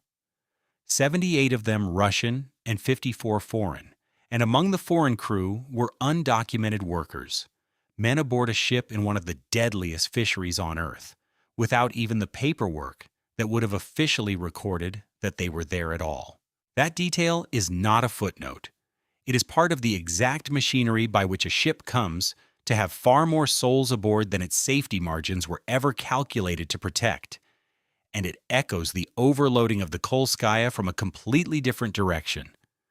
To understand what took her, you have to understand what a ship that size was actually doing at the precise moment of the disaster, and it leads straight back to the physics of stability we trace through the ice. The Dalny Vostok was hauling a massive pollock trawl, a net loaded with something on the order of 130 tons of fish and gear. And hauling a catch that size is one of the most dangerous single things a trawler ever does. The load comes up out of the sea and over the stern, and its enormous weight pulls the ship down and back, and it can drag the vessel over to one side, heeling it hard. A ship with good stability reserves takes that heel and rides through it and rights itself. The Dalny Vostok did not have good reserves, and the reasons why are a catalog of nearly everything this story has been assembling, all present in one hull on one night. She was riding light on fuel and water ballast, the same low ballast problem that helped doom the Amethyst, the weight that should have been holding her down from below simply not there in the amount she needed. Worse than that, the ship had been converted, rebuilt at some point for her factory role. And in the course of that conversion, stability structures had been removed. The very features that had given the hull its reserve of riding ability, its margin against exactly this kind of heel, had been cut away to make room for the machinery and space of catching and processing fish at industrial scale. And her watertight integrity was compromised, which means that once water began to come aboard, it could spread through the interior of the ship instead of being sealed off and contained in one compartment. So assemble the full picture one more time, because it is the whole story in a single frame. A heavily overcrewed factory trawler riding light on the low-down ballast that means stability. With her built-in stability structures physically removed and unable to keep water from spreading through her hull. In the act of hauling 130 tons of fish up over her stern, in the open sea of Okhotsk in April, and it is worth being precise about why the haul itself is the moment of maximum danger, because it turns the whole disaster from a piece of bad luck into something almost predictable. When a trawl is being brought in, the net full of fish is a colossal weight hanging off the stern, and getting it aboard involves lifting that weight up and over, which for a few critical minutes puts an enormous, shifting load high and to one side of a ship that is often already low on the ballast that would steady it. A stable vessel, with its reserves intact, takes that load, heels to it, and rights itself, and the crew does this thousands of times a season without a thought. But the Dalny Vostok's reserves were not intact. The conversion had stripped out stability structures, the ballast was light, and the hull would not keep water where it belonged. So when she heeled to that 130-ton load, the heel opened the door, water found its way into the ship and began to move through her. And the moving water threw its own weight to the low side at the worst possible instant, deepening the heel, which let in more water, which deepened the heel again. That is the runaway. Once it starts, it does not pause for anyone to think. It is the same failure of the righting arm that the ice produces, reached by a different road, water, and a fish load instead of ice on the rigging, but arriving at the identical end, a ship that no longer wants to stand up. There is a moment in every one of these disasters that the timeline marks, but the plain words rarely capture, and it is the moment the objective changes. For almost all of the time that any of these crews spent on the sea, the goal was simply the work. Fill the hold, haul the trawl, tow the rig to where it was needed, get the pots up before the weather worsens. And then, in the space of a few minutes or a few seconds, the goal is not the work anymore. It is staying alive. On the Dalny Vostok, that flip happened somewhere inside 15 minutes. A good catch coming over the stern, turning into a ship going over beneath their feet. On the Kolskaya, it happened more slowly and more cruelly. Hours of bailing and hoping while the emergency went undeclared, and the objective stayed officially the tow long after it should have become survival. On the Amethyst, we cannot even locate the moment, because no one lived to mark it. But it was there, somewhere in those 11 kilometers of black water. That shift from mission to survival is the true center of every disaster at sea, and the particular horror of the Okhotsk is how little space it leaves between the two. The mechanism that kills here, the failing righting arm, does not give a long warning at the end. Elsewhere, a crew might have hours to move from doing the job to saving themselves. Here, that window is often the same few seconds in which the ship rolls past the point of no return, so that by the time the goal has changed, the means to act on the new goal are already underwater. That is the deepest reason for the silence we began with. The men were not slow to call for help. The sea simply did not leave a gap between the work and the water for the call to fit into. She heeled with the haul, and she did not come back. The heel let the sea find its way into the compromised hull, and the incoming water and the fish load and the missing stability all compounded together in the way this sea has specialized in from the very beginning, each problem feeding and worsening the next, until the righting arm was simply gone. The Dalny Vostok capsized and sank in about 15 minutes. 132 people went into water sitting near its freezing point, in the open sea, 300 kilometers from the nearest land. 69 of them died, and most of them died not from drowning and not from the impact of the sinking, but from hypothermia. From those metered out minutes in the water that we traced through the whole grim physiology of cold, the exact killing cold that decides every rescue on this sea before the aircraft even launch. And here is the reversal, the sixth and the hardest, the one that stands the entire disaster on its head. 63 people lived.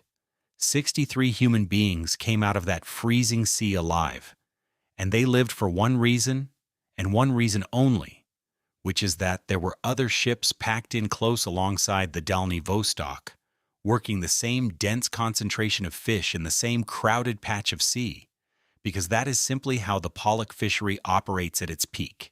When the fish gather thick, the fleet gathers thick right on top of them, boat beside boat beside boat, all racing the same season for the same quota.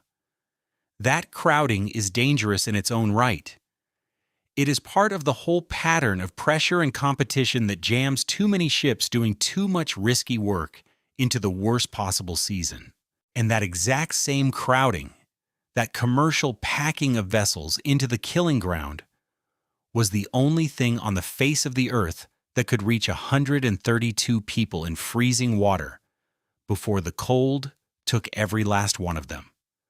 The nearby boats turned and hauled 63 living human beings out of a sea that gives you minutes. The thing that created the danger was the only thing that could answer it.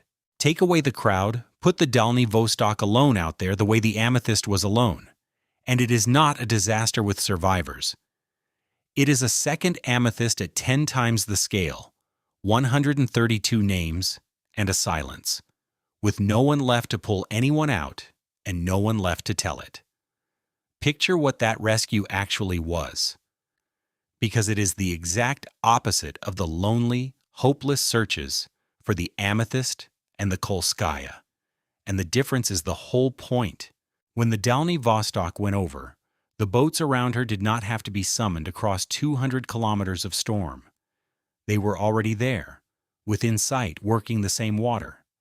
They turned at once and came, and their crews pulled people directly out of a freezing sea in the narrow window before the cold could finish, hauling soaked and shocked and half-frozen men up over the rails of vessels that were themselves rolling in the same conditions. There was no waiting for authorization, no hours of flight, no search for a position, because the position was right there and the responders were already on scene. That is the only reason the number is 63 saved and not 0. And it should sit uneasily, because the crowd that made the sea so deadly that day was the very same crowd that reached them, close enough and fast enough to matter. There is no clean version of this where you keep the rescue and lose the risk.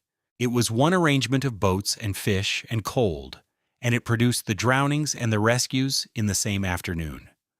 The aftermath went where these things always seem to go on the Sea of Okhotsk, into the courts, and it did not resolve into anything clean or comfortable. The verdicts came down in November of 2017 and were upheld on appeal in August of 2018. The captain, Anatoly Borisov, was sentenced to 5 years and 8 months. A fisheries inspector was convicted of bribery. The machinery of official oversight itself pulled into the story of how a ship came to be operating in that condition. But the case refused to close the way a clean morality tale would want it to. 47 captains from across the Russian Far East, men who fish these very same waters and know in their bones exactly what it is to haul a big trawl in a bad sea with the ballast wrong and the season pressing on their backs, signed an open letter against the verdict. And most of the victims' own families sought acquittals. Sit with that for a moment, because it is not what you would expect, and it is not what a simpler story would allow. The families of the dead, arguing on behalf of the man convicted over their deaths. It tells you that the people who actually work this sea did not look at the Dalny Vostok and see a simple tale of one negligent captain who killed 69 men. They looked at it and saw a system, the pressure and the quotas and the conversions that strip out stability and the chronic low ballast and the crowding and the undocumented crew and the whole vast machine that puts men in exactly that position on exactly that night. And they were not willing to let the entire weight of that machine come down on the one man who happened to be standing on the bridge when it finally broke. Whether the court found the real cause or only the nearest available person to blame for it is a question the record deliberately leaves open, and it is right to leave it open. The sea built the trap. The industry loaded it. A man tripped it. Which of those three you decide to call the cause depends entirely on how far back you are willing to look. And that question is not academic, because the answer decides what actually changes afterward, and whether anything does. When an investigation names a captain, the fix is a captain in prison and a warning to other captains. When it names a fisheries inspector taking bribes, the fix is a conviction and, in theory, a tightening of the paperwork. Those are real consequences, and they are not nothing. But look at what they leave untouched. They do not restore the stability structures that conversions strip out of factory ships to make more room for processing. They do not put ballast back in tanks that crews run light to save fuel and carry more catch. They do not slow the quota race that drives everyone into the worst weeks of the year. And they do not thin out the crowded grounds or change the market that keeps the fish worth dying for. A verdict against one man on a bridge addresses the last link in a very long chain, the person standing closest to the moment of failure, and leaves the whole rest of the chain, the economics and the conversions and the season and the enclosure, exactly as it was. That is very likely what those 47 captains and those grieving families saw and could not accept, that the trial had found someone to punish without finding or fixing the thing that had actually killed the men. The system that built the trap does not stand in any courtroom. Only the person who was holding the wheel when it closed. There was a further, quieter cruelty in the aftermath of the Deadliest Vostok, one that flowed directly from who had been aboard. Because part of the crew was foreign and some were undocumented. Even the basic work of accounting for the dead, of knowing with certainty exactly who had been on that ship and notifying the people who loved them, was harder than it should ever have to be. A ship that carries men whose presence was never fully recorded is a ship that cannot be sure, afterward, of everyone it lost. The same shadow economics that helped overfill the vessel reached past the sinking and into the grief, leaving families somewhere far away, waiting on a certainty that the records could not fully give them. It is the last, coldest expression of the same logic that runs through the whole story. The pressure to catch more, cheaper, later, and with fewer questions asked, does not stop at the waterline. It follows the dead ashore. So step back now and look at what these ships across 157 years genuinely have in common.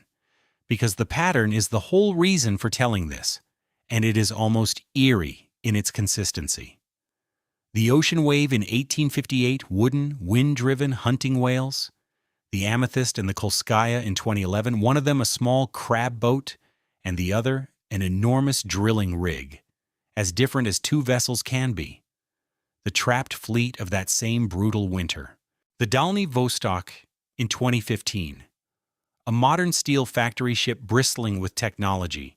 Every single one of them was where it was, because the reward of this sea is real and enormous. The whales then, the oil, and the pollock now. Every one of them was operating on a schedule set by the resource, and not by the weather, lingering late in the whaling season, driving deep into the ice season, working flat out at the peak of the winter pollock run. Every one of them ran headlong into a mechanism the sea has been running since long before any of them arrived. The lee shore, the freezing spray, the compressing pack, the killing cold of the water. And in every single case, better technology did not break the pattern. It extended it. It let ships come later, stay longer, carry more, and push farther from the shelter that was never really shelter to begin with, and it let them feel safe enough doing all of that to put 67 people where 20 were allowed, or 132 aboard a hull whose stability had already been cut away. Strip these disasters down to the physics, and there is really only one death in this story, wearing different clothes each time. A ship floats because its righting arm can lever it back upright after the sea knocks it down, and every one of these vessels died at the moment that righting arm failed. The Ocean Wave lost hers to a lee shore and rocks, driven onto the land the wind had turned against her. The Amethyst and the Kolskaya lost theirs to ice building high, while Ballast sat low or absent, the center of gravity climbing, until the lever went to zero. The Delny Vostok lost hers to a heavy haul, and flooding through a hull that could not hold the water out. Different roads, one destination, and it is always the same destination, the point past which the ship no longer wants to stand up. That is what unifies a wooden whaler and a steel factory trawler across 157 years. Not the weather, which varies, and not the technology, which improved beyond all recognition, but a single, unforgiving piece of physics that every one of these ships met and lost to. The sea did not invent a new way to kill each time. It used the same one, and simply waited for human ambition to keep handing it fresh opportunities to apply it, later in the season, farther from shore, with more people aboard and less margin under them. And that is why the honest version of this story is not a list of accidents. An accident is something that could reasonably not have happened. What the Sea of Okhotsk produces is closer to a harvest, a steady, expected yield of loss that the whole system is arranged to keep producing. Because every force that pushes people onto that water, the fish, the oil, the quota, the market, the pay, the lack of any safe alternative season, is stronger than the forces that would keep them off it. The sea supplies the mechanism. The people, driven by everything that drives them, keep supplying the opportunities. And the result is not a series of surprises.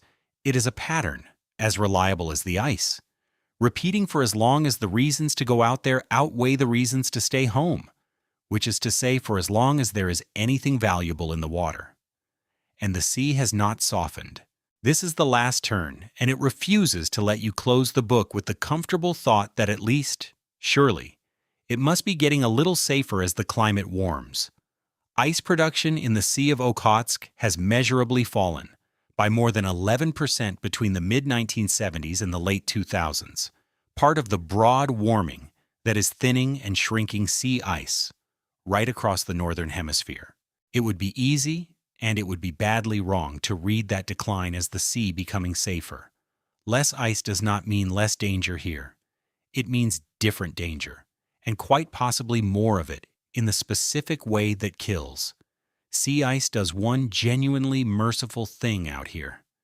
It damps the waves. A frozen or heavily ice-choked surface cannot build a big sea, because the ice physically holds the water still and smothers the swell before it can grow. Take that ice away, open up more water for more of the year, and you hand the wind something it did not have before. Fetch.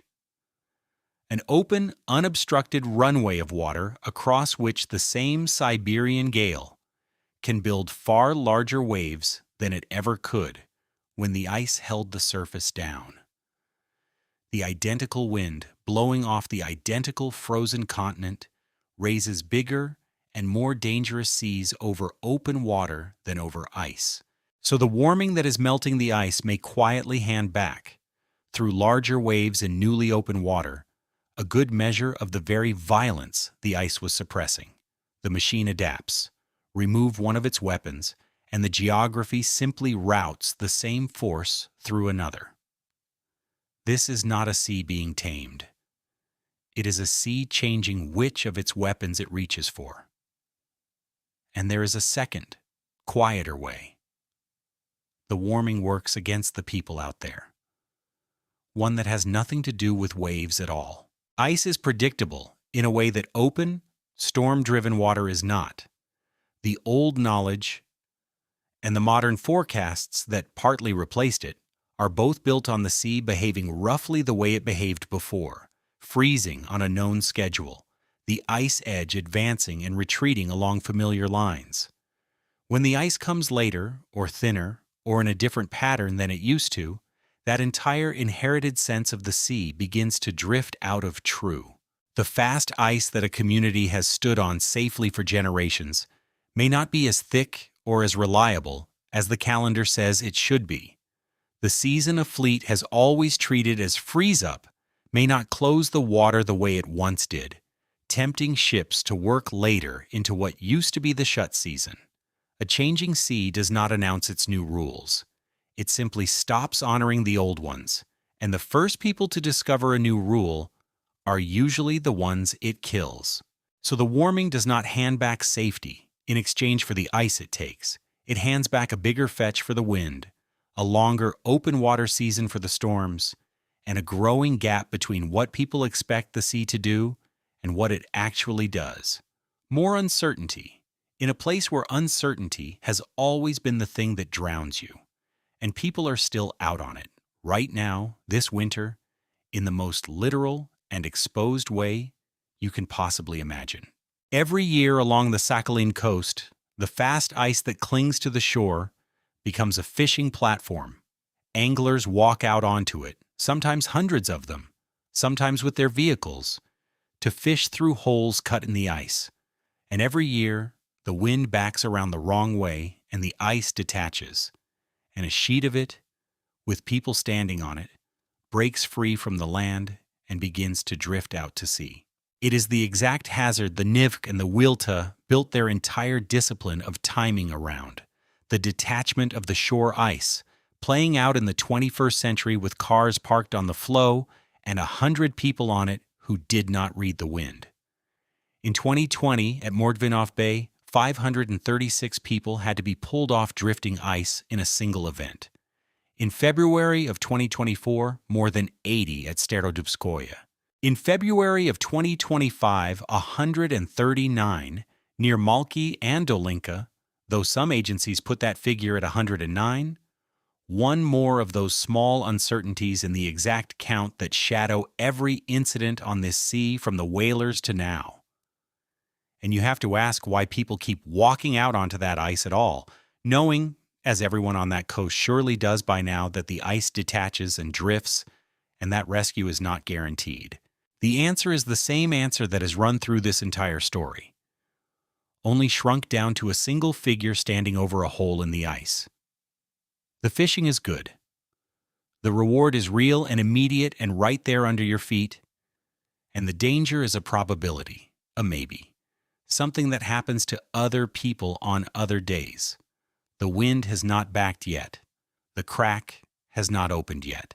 And by the time either of those things is obviously happening, the same trap that has always operated on this sea is already closing, because the gap of black water between the floe and the shore opens faster than a crowd of people can calmly walk across it. It is the exact structure of every disaster in this story, playing out on the smallest possible scale. One person instead of 132, a fishing rod instead of a factory trawler, but the same shape. The reward is certain and present. The danger is deferred and deniable, right up until the instant it is neither. And when the rescuers arrive and offer a way off, some people weigh the certain loss of a good day's fishing against a danger they still cannot quite believe in, and they choose the fishing.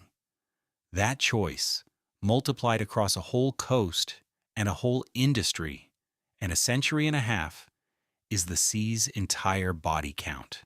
Not stupidity, not even really recklessness.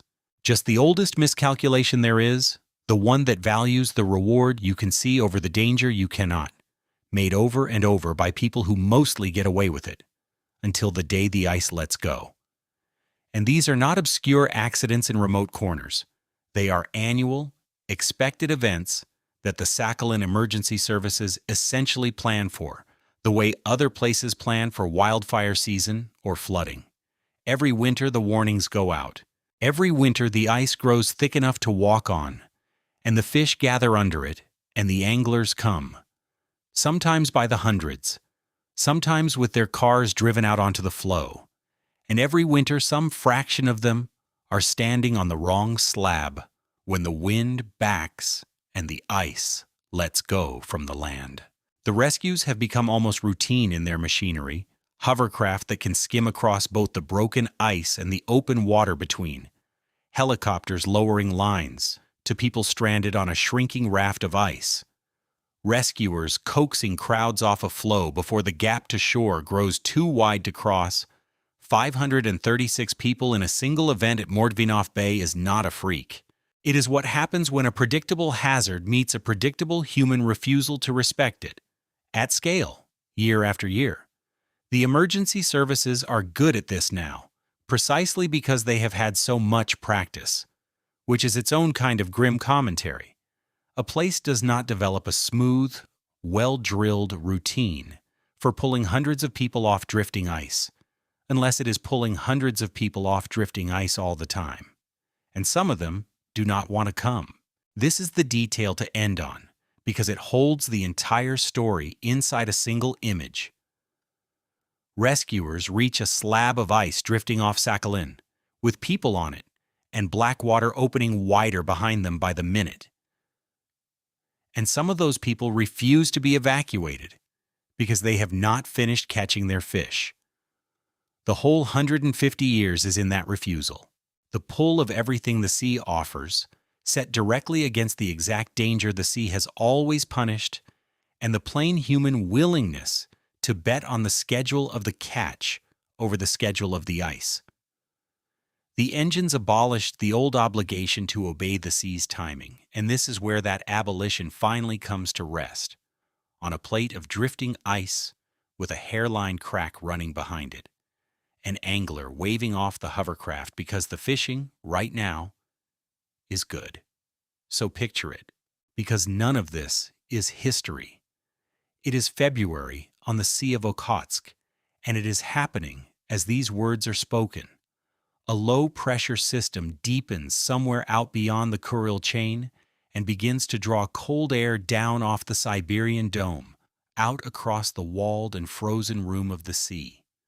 Along the fast ice off Sakhalin, a line of men stand over their fishing holes, and behind them, thin and quiet and following the wind, a crack has begun to open in the ice. Farther out, the Pollock fleet works the season shoulder to shoulder where the fish are thickest, riding light on ballast, the spray already stiffening white on the rails and the aerials, the ice adding its silent weight above the deck a centimeter at a time, in the exact way it has since long before any of these ships had engines or radios or a single satellite watching from above. A hovercraft engine rises over the wind, coming out for the men on the drifting ice. Several of them do not turn around. The sea is doing precisely what it has always done, in precisely the order it has always done it. And the one thing that has changed across a century and a half is that we have never been better at getting ourselves out onto this water, and we are no better at all at getting off it in time.